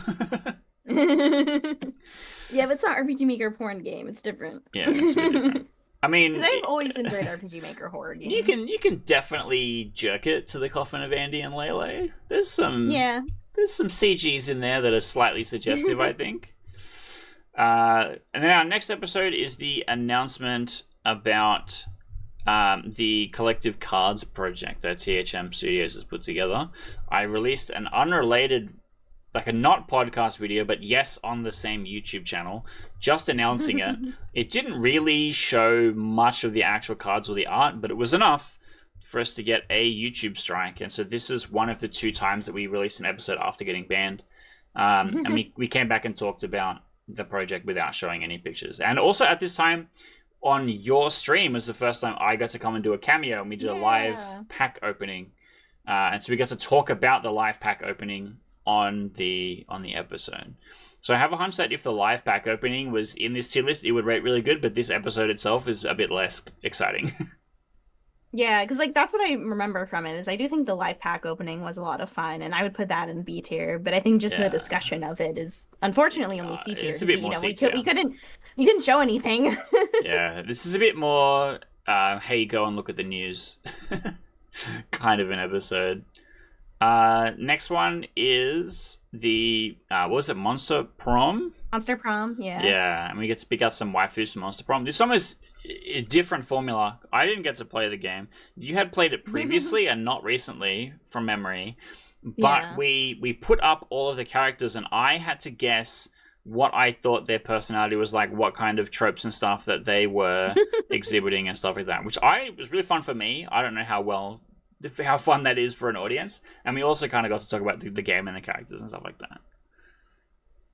This is fun. I would honestly put this one in C, if only because I think if you had played it, we would have had like more interesting stuff to talk about. Because I think the Monster series is really interesting for how successful it's been, and it's a multiplayer dating sim is such a unique freaking genre, and I think they've done a really good job kind of towing this like etchy line and keeping up with this like fan base. Like they've had a really consistent production cycle, so maybe in the future we'll actually talk about just like the broader series and how that's been going. Who knows? Yeah, that's fair. The next episode was the Spooky brings his horny figures to work. This one episode. flopped. I thought this was going to be much more exciting than it actually was, and it sucked. Unfortunately, I had so that's much my fun bad. with it though. Yeah. I'm gonna put that in D tier. Yeah, I had a lot of fun finding figures and looking at them, but I mean, we couldn't show a lot of the spicy bits, obviously, which takes out some of the fun of it. So yeah, I thought this episode was going to get a strike. It didn't. I think we also played it kind of safe, and we both kind of reviewed all the pictures before putting them up, and went, no, not that one, not with a pussy out like that. And then and we got to talk about the Dongtan Missy controversy, which was kind of like the impetus for the episode. But again, it's unfortunately a bit flat. Next is one of our all-time banger episodes, the Gushes and Glazers episode, where Neko gushes about her favorite femboys for 45 minutes. And this is also the foreshadowing the Rad Lord episode. I know, getting the Rad Lord interview after this was so crazy. Okay. Yeah. So I think this is an S tier.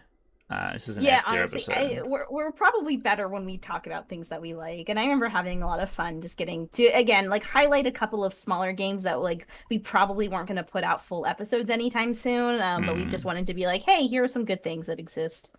Yeah, absolutely. And then next is Humans Are Not That Against Lizard Women. This is one that I found and had played and was like, I feel like the Scalies need a bone tossed in their direction. How did you feel about this one?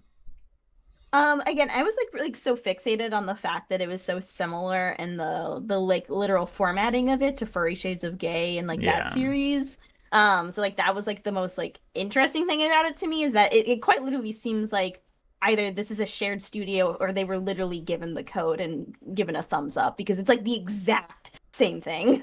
And I'm unfortunately not as into Scalies. And like the plot was cute. It's like very comedic and it has like some interesting lore and stuff like that. It just like was one of those cases where I was like, unfortunately, this is not my thing.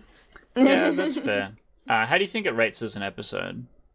I still think it was a pretty good episode. I would probably put it in like low to mid B. Yeah, I kind of agree. Put it next to Honey Pop, I think is fair. Match 3 games should match 3. Next is the Steam Next Fest, where we looked at, I think, 5 games that were on, including... Is that Heat that's in the thumbnail? Yeah, Anther Heat. Anther Heat. So I guess we got to come back and talk about Anther Heat because it had its Steam release finally, or something. And I got to watch you play it on stream without the VR controls, which was an interesting, clunky experience in itself. Do you want to squeak to that? Yeah, I mean, I really liked this episode because it forced me to play a bunch of demos of games I otherwise would have never touched. And like we talked about Sloppy Fields, I think, in this one. And like Sloppy Fields is one where Yeah. like I ended up talking about it later as I'm really excited for the full release of this game.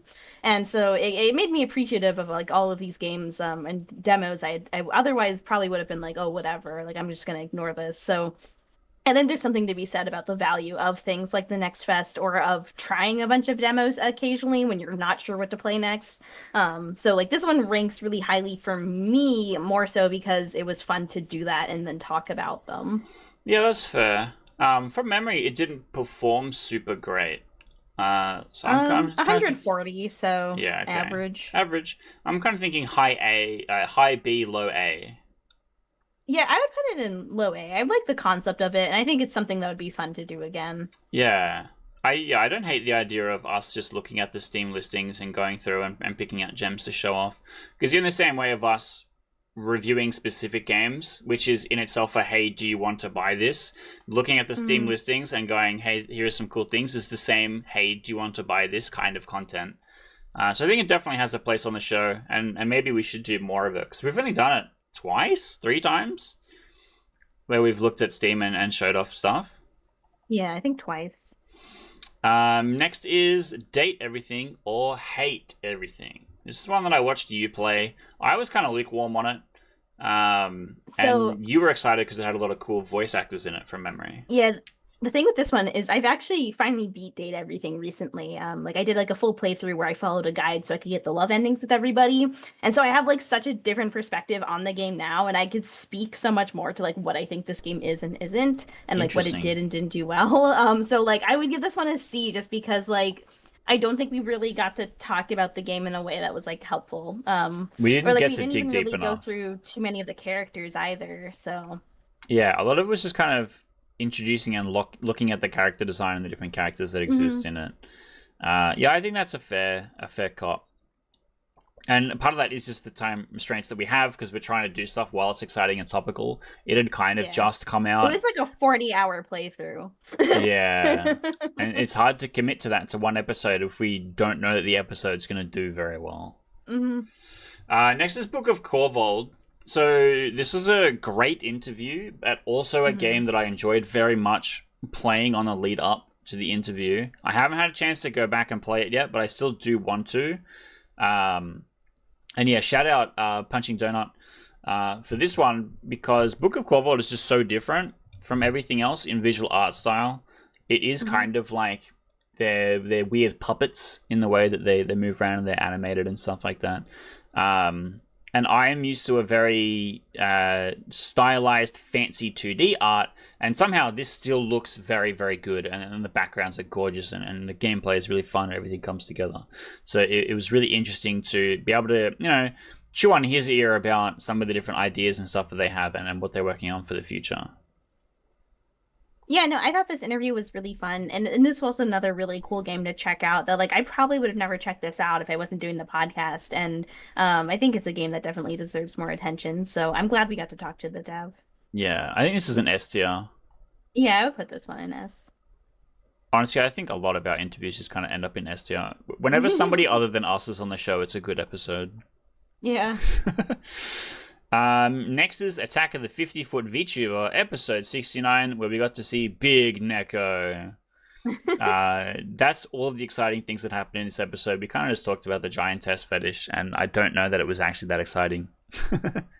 Yeah, we got to talk about like a couple of games that do exist because like mostly we were talking about that there's like a real dearth of content for this fetish. Although I did end up buying one of the games that we talked about. It was like Sayako Giantess Dating Sim or something, and it was Oh, like the yeah. horror themed Yeah, one. yeah, yeah, yeah. So like it's possible we'll end up doing an episode on that in the future, and I think that could be really interesting to talk about because it seems like such a weird game. Yeah, I'm down for that as well. I'm happy to pick that one up and play through it. I also want to get the sandbox destruction sim of the big lady wandering around the city crushing stuff.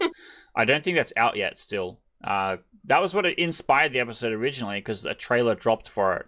But yeah, I don't think it's released yet. But I think this episode's kind of C tier, honestly. It just didn't Yeah, quite. I would put it in C. We didn't have much to talk about, so it was kind of like we were stretching ourselves. It was kind of like a visual gimmick. And also, we kind of hyped up Mhm. episode 69 for it to just be this, unfortunately, because our guest fell through. And so it is a bit of a letdown for me. Next is S tier, top 3. Easy. This is the Done. Foododom World interview episode. Okay, moving on. Yeah. It was really good. Enough said. It was fantastic. We're never gonna hit that peak. No. I think it is currently the episode with the most views on the channel, from memory. Yeah, probably. If not close. Alright, next is Uma Musume, It's Horse Girl Summer. And this is where we picked out a couple of different characters and had a look at their character designs and, you know, said if they're waifus or not. It really is like the ZZZ episode. It's just exactly the same. And it's like, again, I started playing this game so much more after this, so it's like I have so much more I could say about it now, where like I actually play it on like a daily basis and stuff like that. Yeah. Next is Voidbound with the Cursed Atelier. This is an easy S tier. We interviewed 2 people, and it was like our first like woman on a game dev team, I think. Yeah. And I love these 2. I still chat to them all the time. We're working together a lot with marketing and promotion stuff, both in strategy and like sharing retweets and stuff like that. So not only is this like a really good episode to come and watch and see some of their strategy and what they're talking about and how Voidbound is going and a lot of the stuff that went into making that, but also just the fact that we are now homies. the deep lore of we're besties now is, you know, important to me and exciting for me. And so I definitely think this is, you know, easy top 5 episode.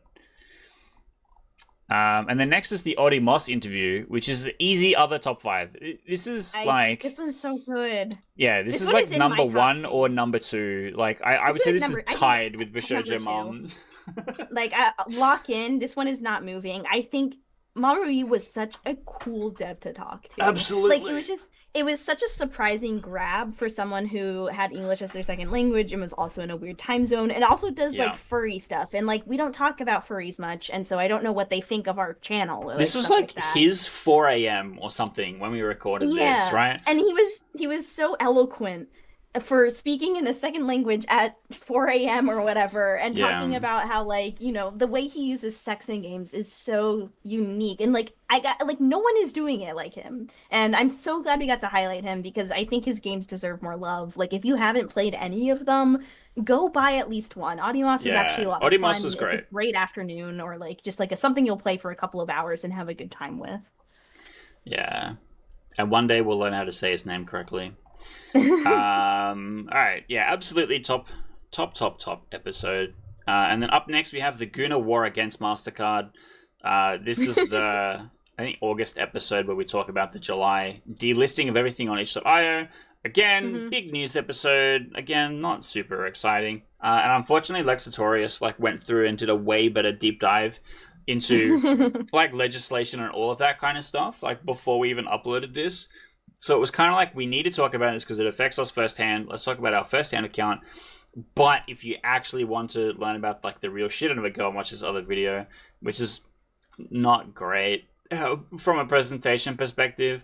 But firsthand accounts are important when it comes to looking at the way that it impacts people. So it should exist, but I don't think it's high art.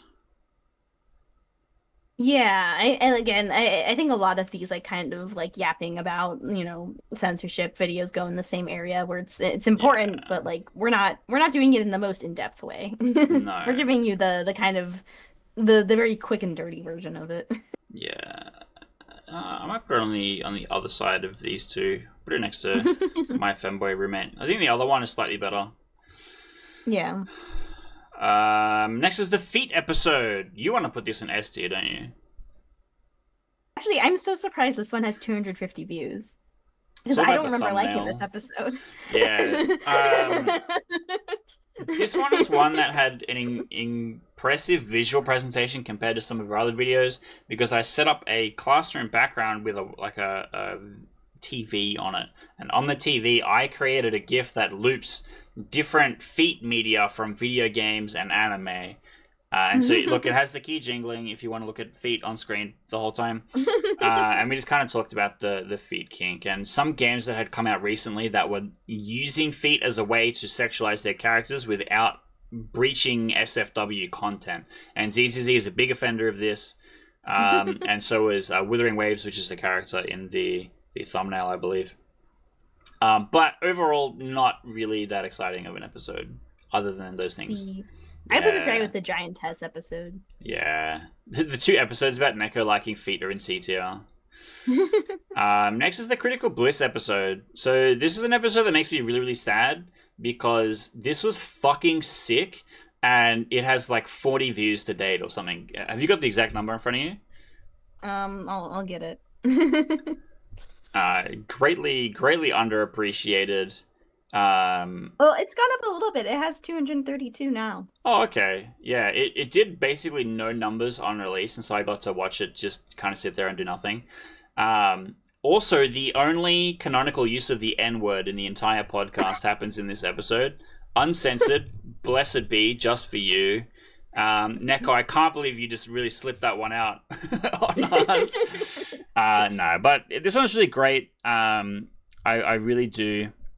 I do like Lewd Logic, both in the episode itself was great because he gets to talk about a lot about himself and how he got to here and some of the back end stuff, but also because after the episode, after we turn off all the cameras and stuff, he's like, hey, let me show you all this cool shit, and he like runs through his Discord and shows what all his artists are working on, what all his projects and stuff look like. He's like, you can't show any of this kind of stuff, but he's just a treat for you.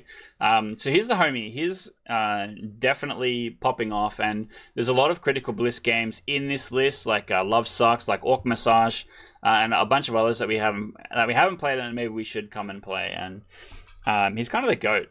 He's kind of like the big dog, and so that's why I'm like, bro, we got the big dog on and no one cared. It's kind of my at least some people care now, it seems. Yeah, so maybe it's picked up a little bit over time, but this is an S tier for me. Yeah, I thought this was a really cool episode, and it was such a cool perspective to get. Yeah. I mean, maybe put it here after Voidbound. I feel like that's our easy top 5. Well, we still have a hazelnut latte to include. Hazelnut latte is in my top 5. Yeah, I think that maybe bumps him down a little bit because Radlord's fucking sick. Just a little. Shout out Radlord. So not only was he just like incredibly based the entire time, but talking about it and talking about how gender and stuff is represented in games and how he wanted to make these characters feel like real people that are, you know, kind of dealing and having gender, was really interesting, and the game itself shows that is how he feels about it. Like it really does kind of, you know, wholesomely deal with those issues and stuff like that. And I think he presents it really well. He's just a really fun person in general. We love him. This is easy top 5 as well. Did you have anything you wanted to add? Throw on the back of that one? No, it was awesome. It was like, again, this was one of those ones where it was so cool to like talk so much about like, oh, this game is so awesome, and then being able to reach out to the person and then being like, oh yes, you can talk to me is something I love about being part of this podcast. Is I get to talk to all of my niche idols, I guess. Your Oshi. Yeah. I've just thrown this up in 5th. Where do you think this belongs in our top 5?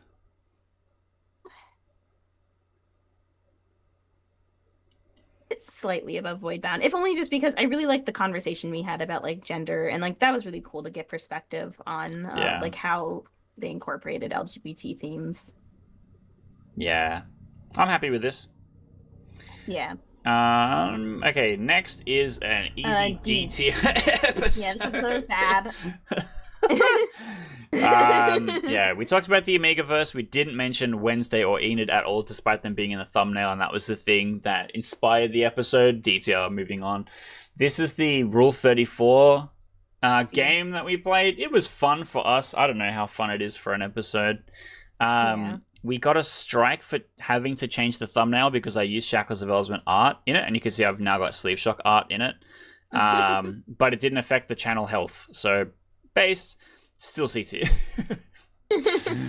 Next is the Locktober episode. I thought especially this thumbnail that shows the chastity cage in it was incredibly risky. YouTube didn't give a shit, hooray, and also it performed really, really well, and we were just kind of talking about kind of Locktober and how it works, and the event that THM was setting up for Locktober where people come into the Discord and participate. So I think this was not like exciting, but it was interesting and different from other stuff that we had done. Yeah, I would say this is like a really high B episode. Because like it was really fun getting to talk about chastity in a more like serious way, or like actually focusing on like what the kink provides to people, and Yeah. then talking specifically about like how you can do Locktober and how you can do it safely and things like that. Yeah, I think that part of it of being like, look, the fantasy is kind of a no holds barred thing where you're, cutting your nuts off, so to say. When in reality, you just take it as hard as you need to, and treat yourself politely and be nice and stuff. Next is another D tier episode.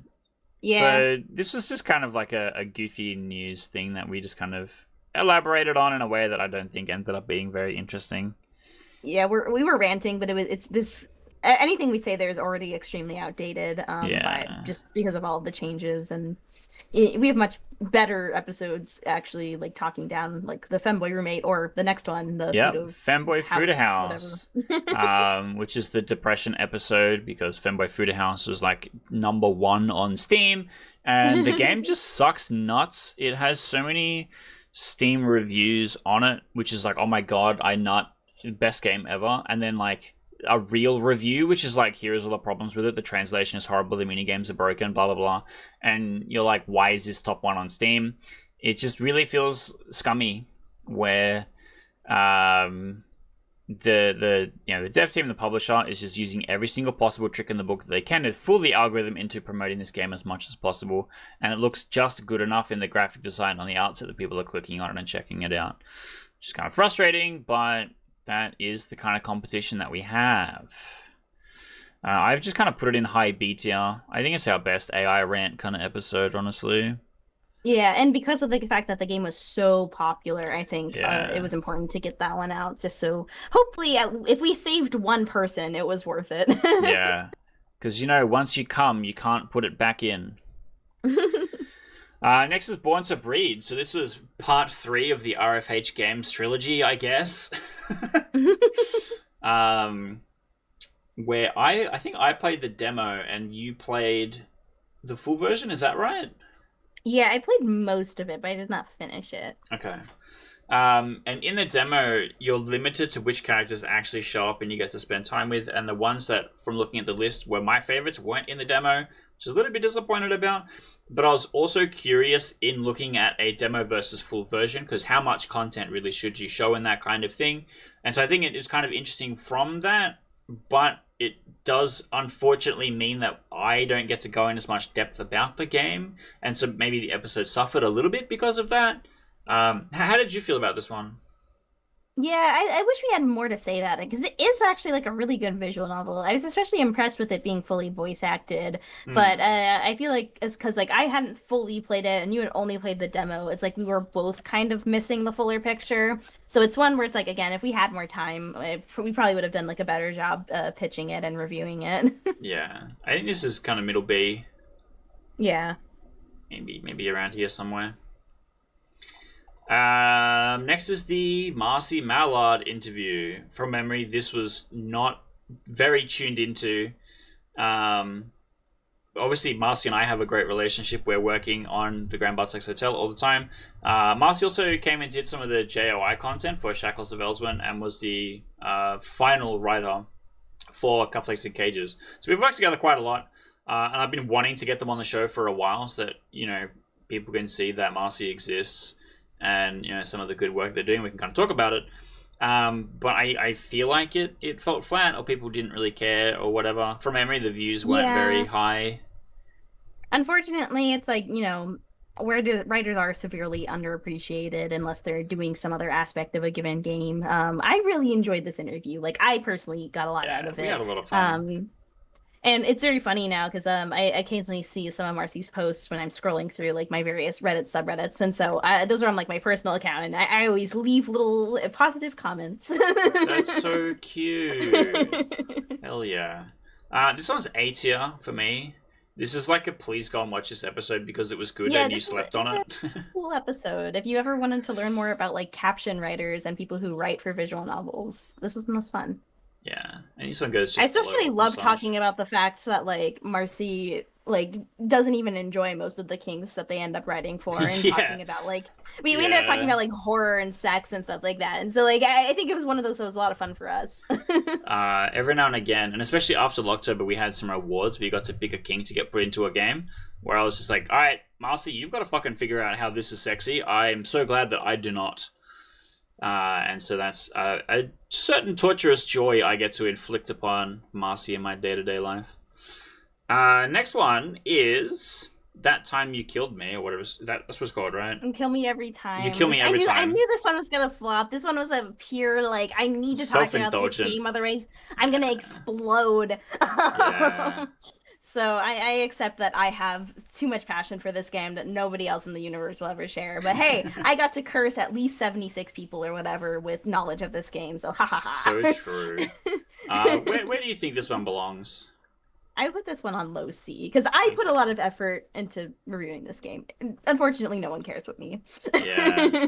Sometimes you got to be that one person that's the champion, and you convince everyone else why it has value.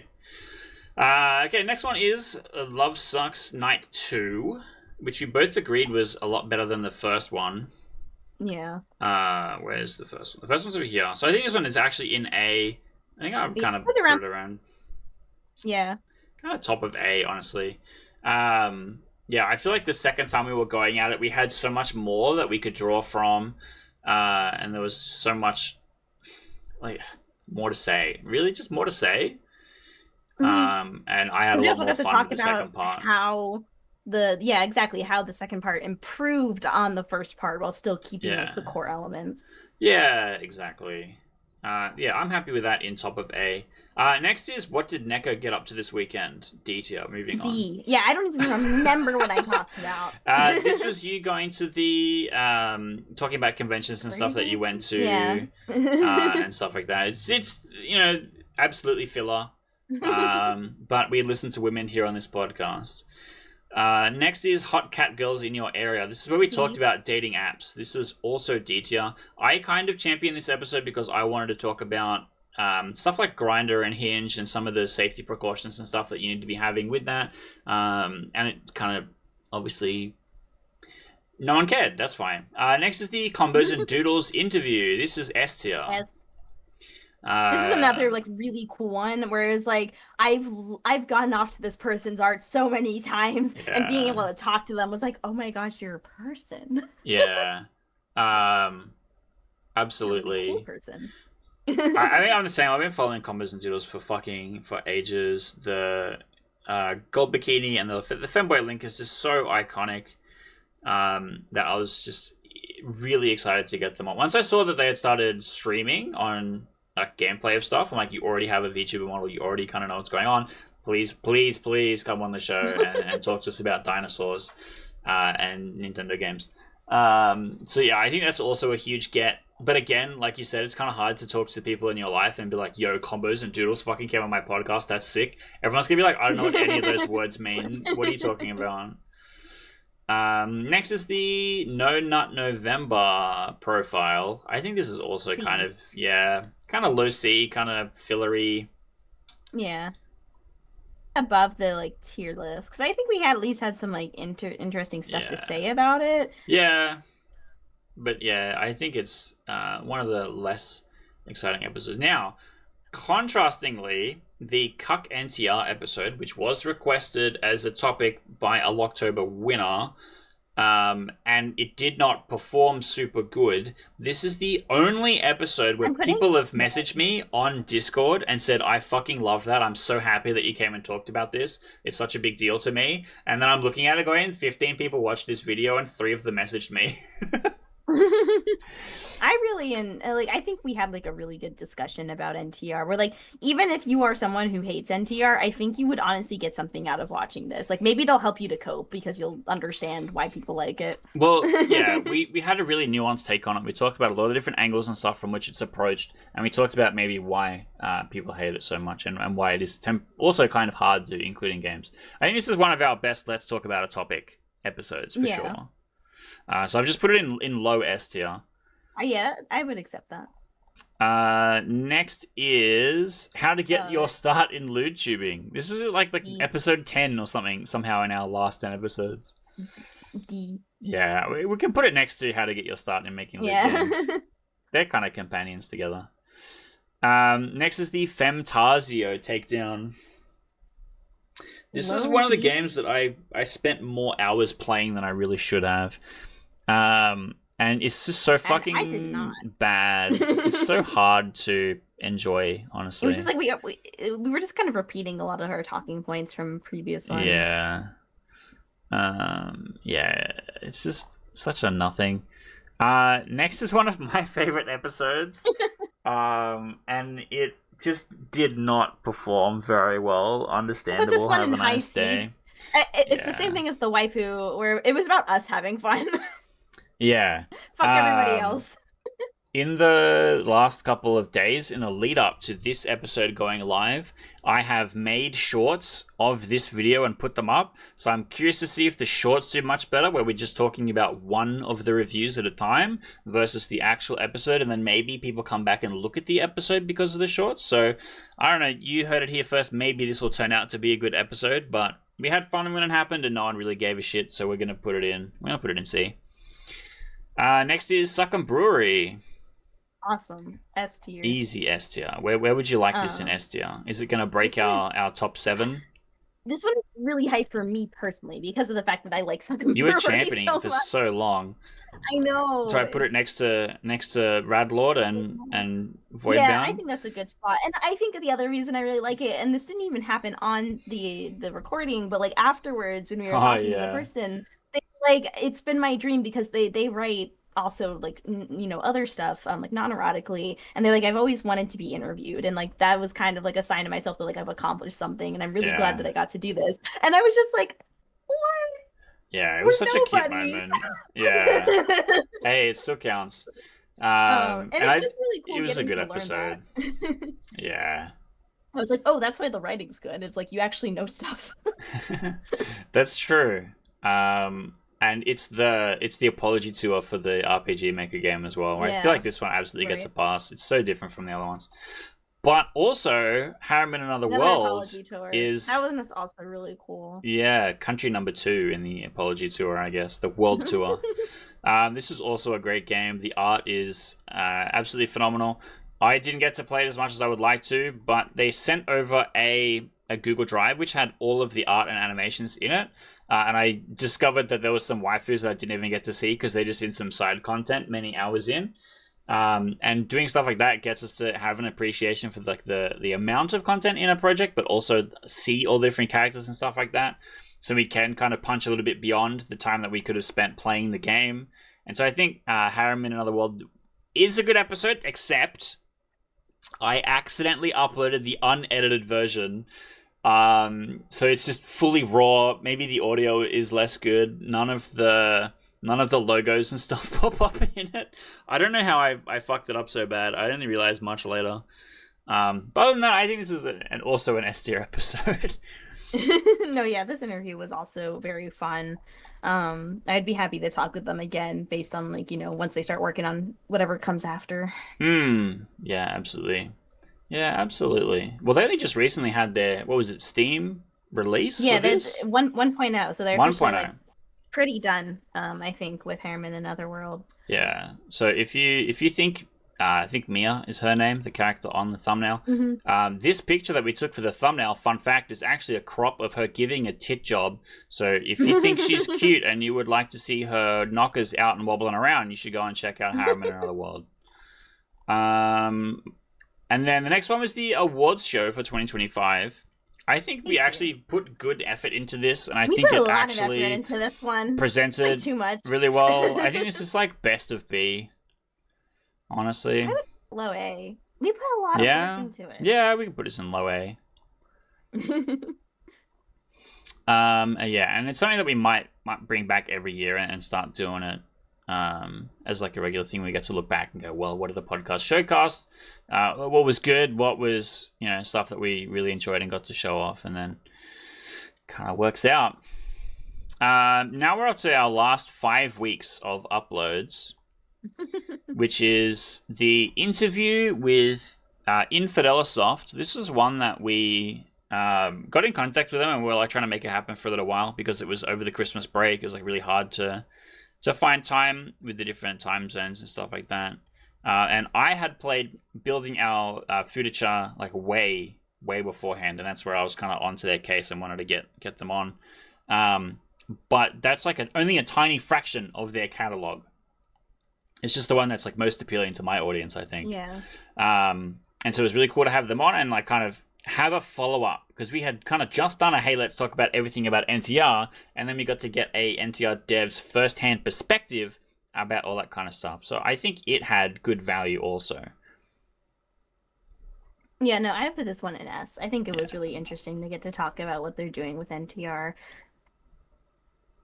How's this look like for the top of S? Anything you would move here? No, I think that makes sense. Okay. I kind of just been throwing shit on there based on whatever my internal vibe was. Next is what lewd comics do we recommend? B. Yeah, I think this was like really self-indulgent. A lot of little things. Yeah. I might put this next to Meat and Fuck. Yeah, this is incredibly self-indulgent, but it has generated some cool discourse. Like, there's been a lot of comments on there where people are like recommending stuff for us to read, which I appreciate. And I always like it when people come and comment on our videos, because I read every single one of them. Next is Degrees of Ludity. And this is a big Neko episode. I only got to play the first hour and a bit of this one. And knowing it's so deep, it's hard to dive in, you know? Because this one is the most recent one that's come out by the time we were recording this. So, you know, it's hard to judge it yet because it's in like its first week of being out. And just because of the fact that I know Degrees of Ludity has this like really big fan base, I'm curious to see where this episode might go, because it could potentially end up reaching people like in the long run. So I would put it in like a hopeful middle B. Yeah, no, I agree with that.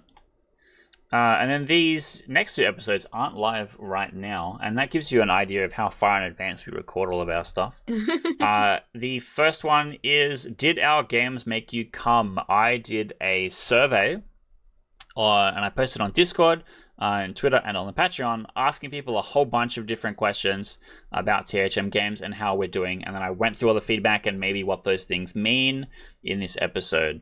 I have since actually done a second survey just for Patreon followers, where I ask even more hard-hitting questions. Basically asking questions about the stuff that people specifically complain about.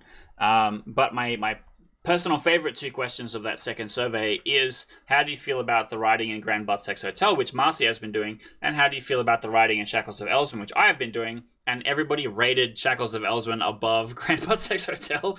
So I'm like, haha, Marcy, your one job isn't as good as my fourth job or something.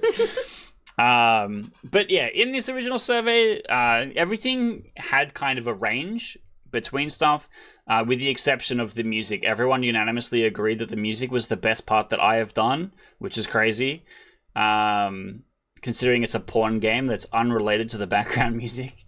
But I just think this is fun. This is definitely a Spooky Rants episode, and you just kind of get to look at a bit behind the curtain about what's going on. This is probably high C tier, low B. Yeah, I would expect it to be around there by the time it comes out. And then the last one is really just a nostalgic episode about the last 99 episodes. So that episode and this one are kind of a companion piece. It was trying to be like a hype up to, you know, for this to come through and we do a more in-depth dive into each individual episode.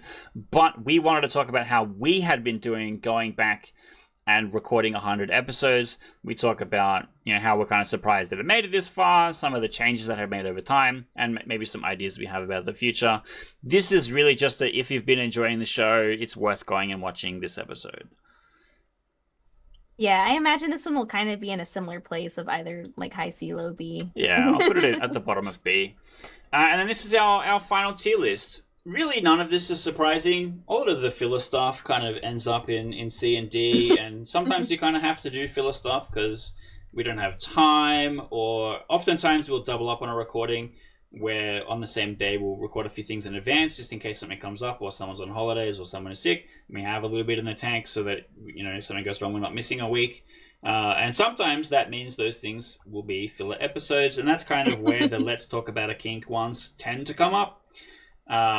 But for the most part, something exciting is happening. We're trying to be talking about it. There's a cool new game coming out that we want to beat our shit to. We're talking about it. There's cool people working in the space. We want to get them on the show and talk to them about it. And we're kind of just doing our best to make it come together. And I feel like we've done a pretty good job. No, yeah, it's again, it's still crazy to think that we've made 100 of these things over the course of essentially like 2 years. I mean, I've said this like literally like 20 times probably over the course of this podcast, but in a similar way that I did not expect I would still be doing like Lewd Neko stuff 5 years later or 6 years later. I didn't expect that the podcast would actually make it this long. So hooray. If we make it to 200, I'm gonna like tattoo the name of the podcast on my body or something. Absolutely. The sexy business tramp stamp coming to you soon Yes. from Lewd Neko. Well, it's been 2 hours and 18 minutes. If you've made it this far into the video, you think we God belong bless in you. S tier. And then, Neko, do you want to tell everyone what buttons they should be pressing? Well, holy crap, you listened to us talk for a really long time. We tried to make this one snappy, it didn't work. But if you liked us so much, you probably are subscribed by now, but if you're not, you should hit that button and make sure you have notifications enabled so that way you'll get updates every single week, because we have a lot of fun stuff we've already planned for this year, and we're hopefully going to be lining up some new interviews and things like that, so stay tuned. And feel free to leave us a comment down below, especially for those of you who have been following us for a long time. What are some of your favorite episodes, or what are the ones that you really stand out to you? Any thoughts or feelings you have about our podcast, or even things like suggestions. If you have games, topics, particular creators that you would really like to see us talk about on the show, we do appreciate that kind of input, because, whenever we get those kinds of comments, we do read them, and we do oftentimes go, yeah, we should do that. As you can see, we have a lot of crappy filler episodes. We would rather them be at least semi-interesting episodes of things that some guy wanted. That some guy could be you. And I think that's it. We did it. We made it to 100. We did a silly tier list of all of the things we've created, and I guess hopefully we'll see you for 100 more. But that's all for this time. So we will be seeing you next time on the Sexy Business Podcast. Bye, everybody. Bye bye. Also, subscribe.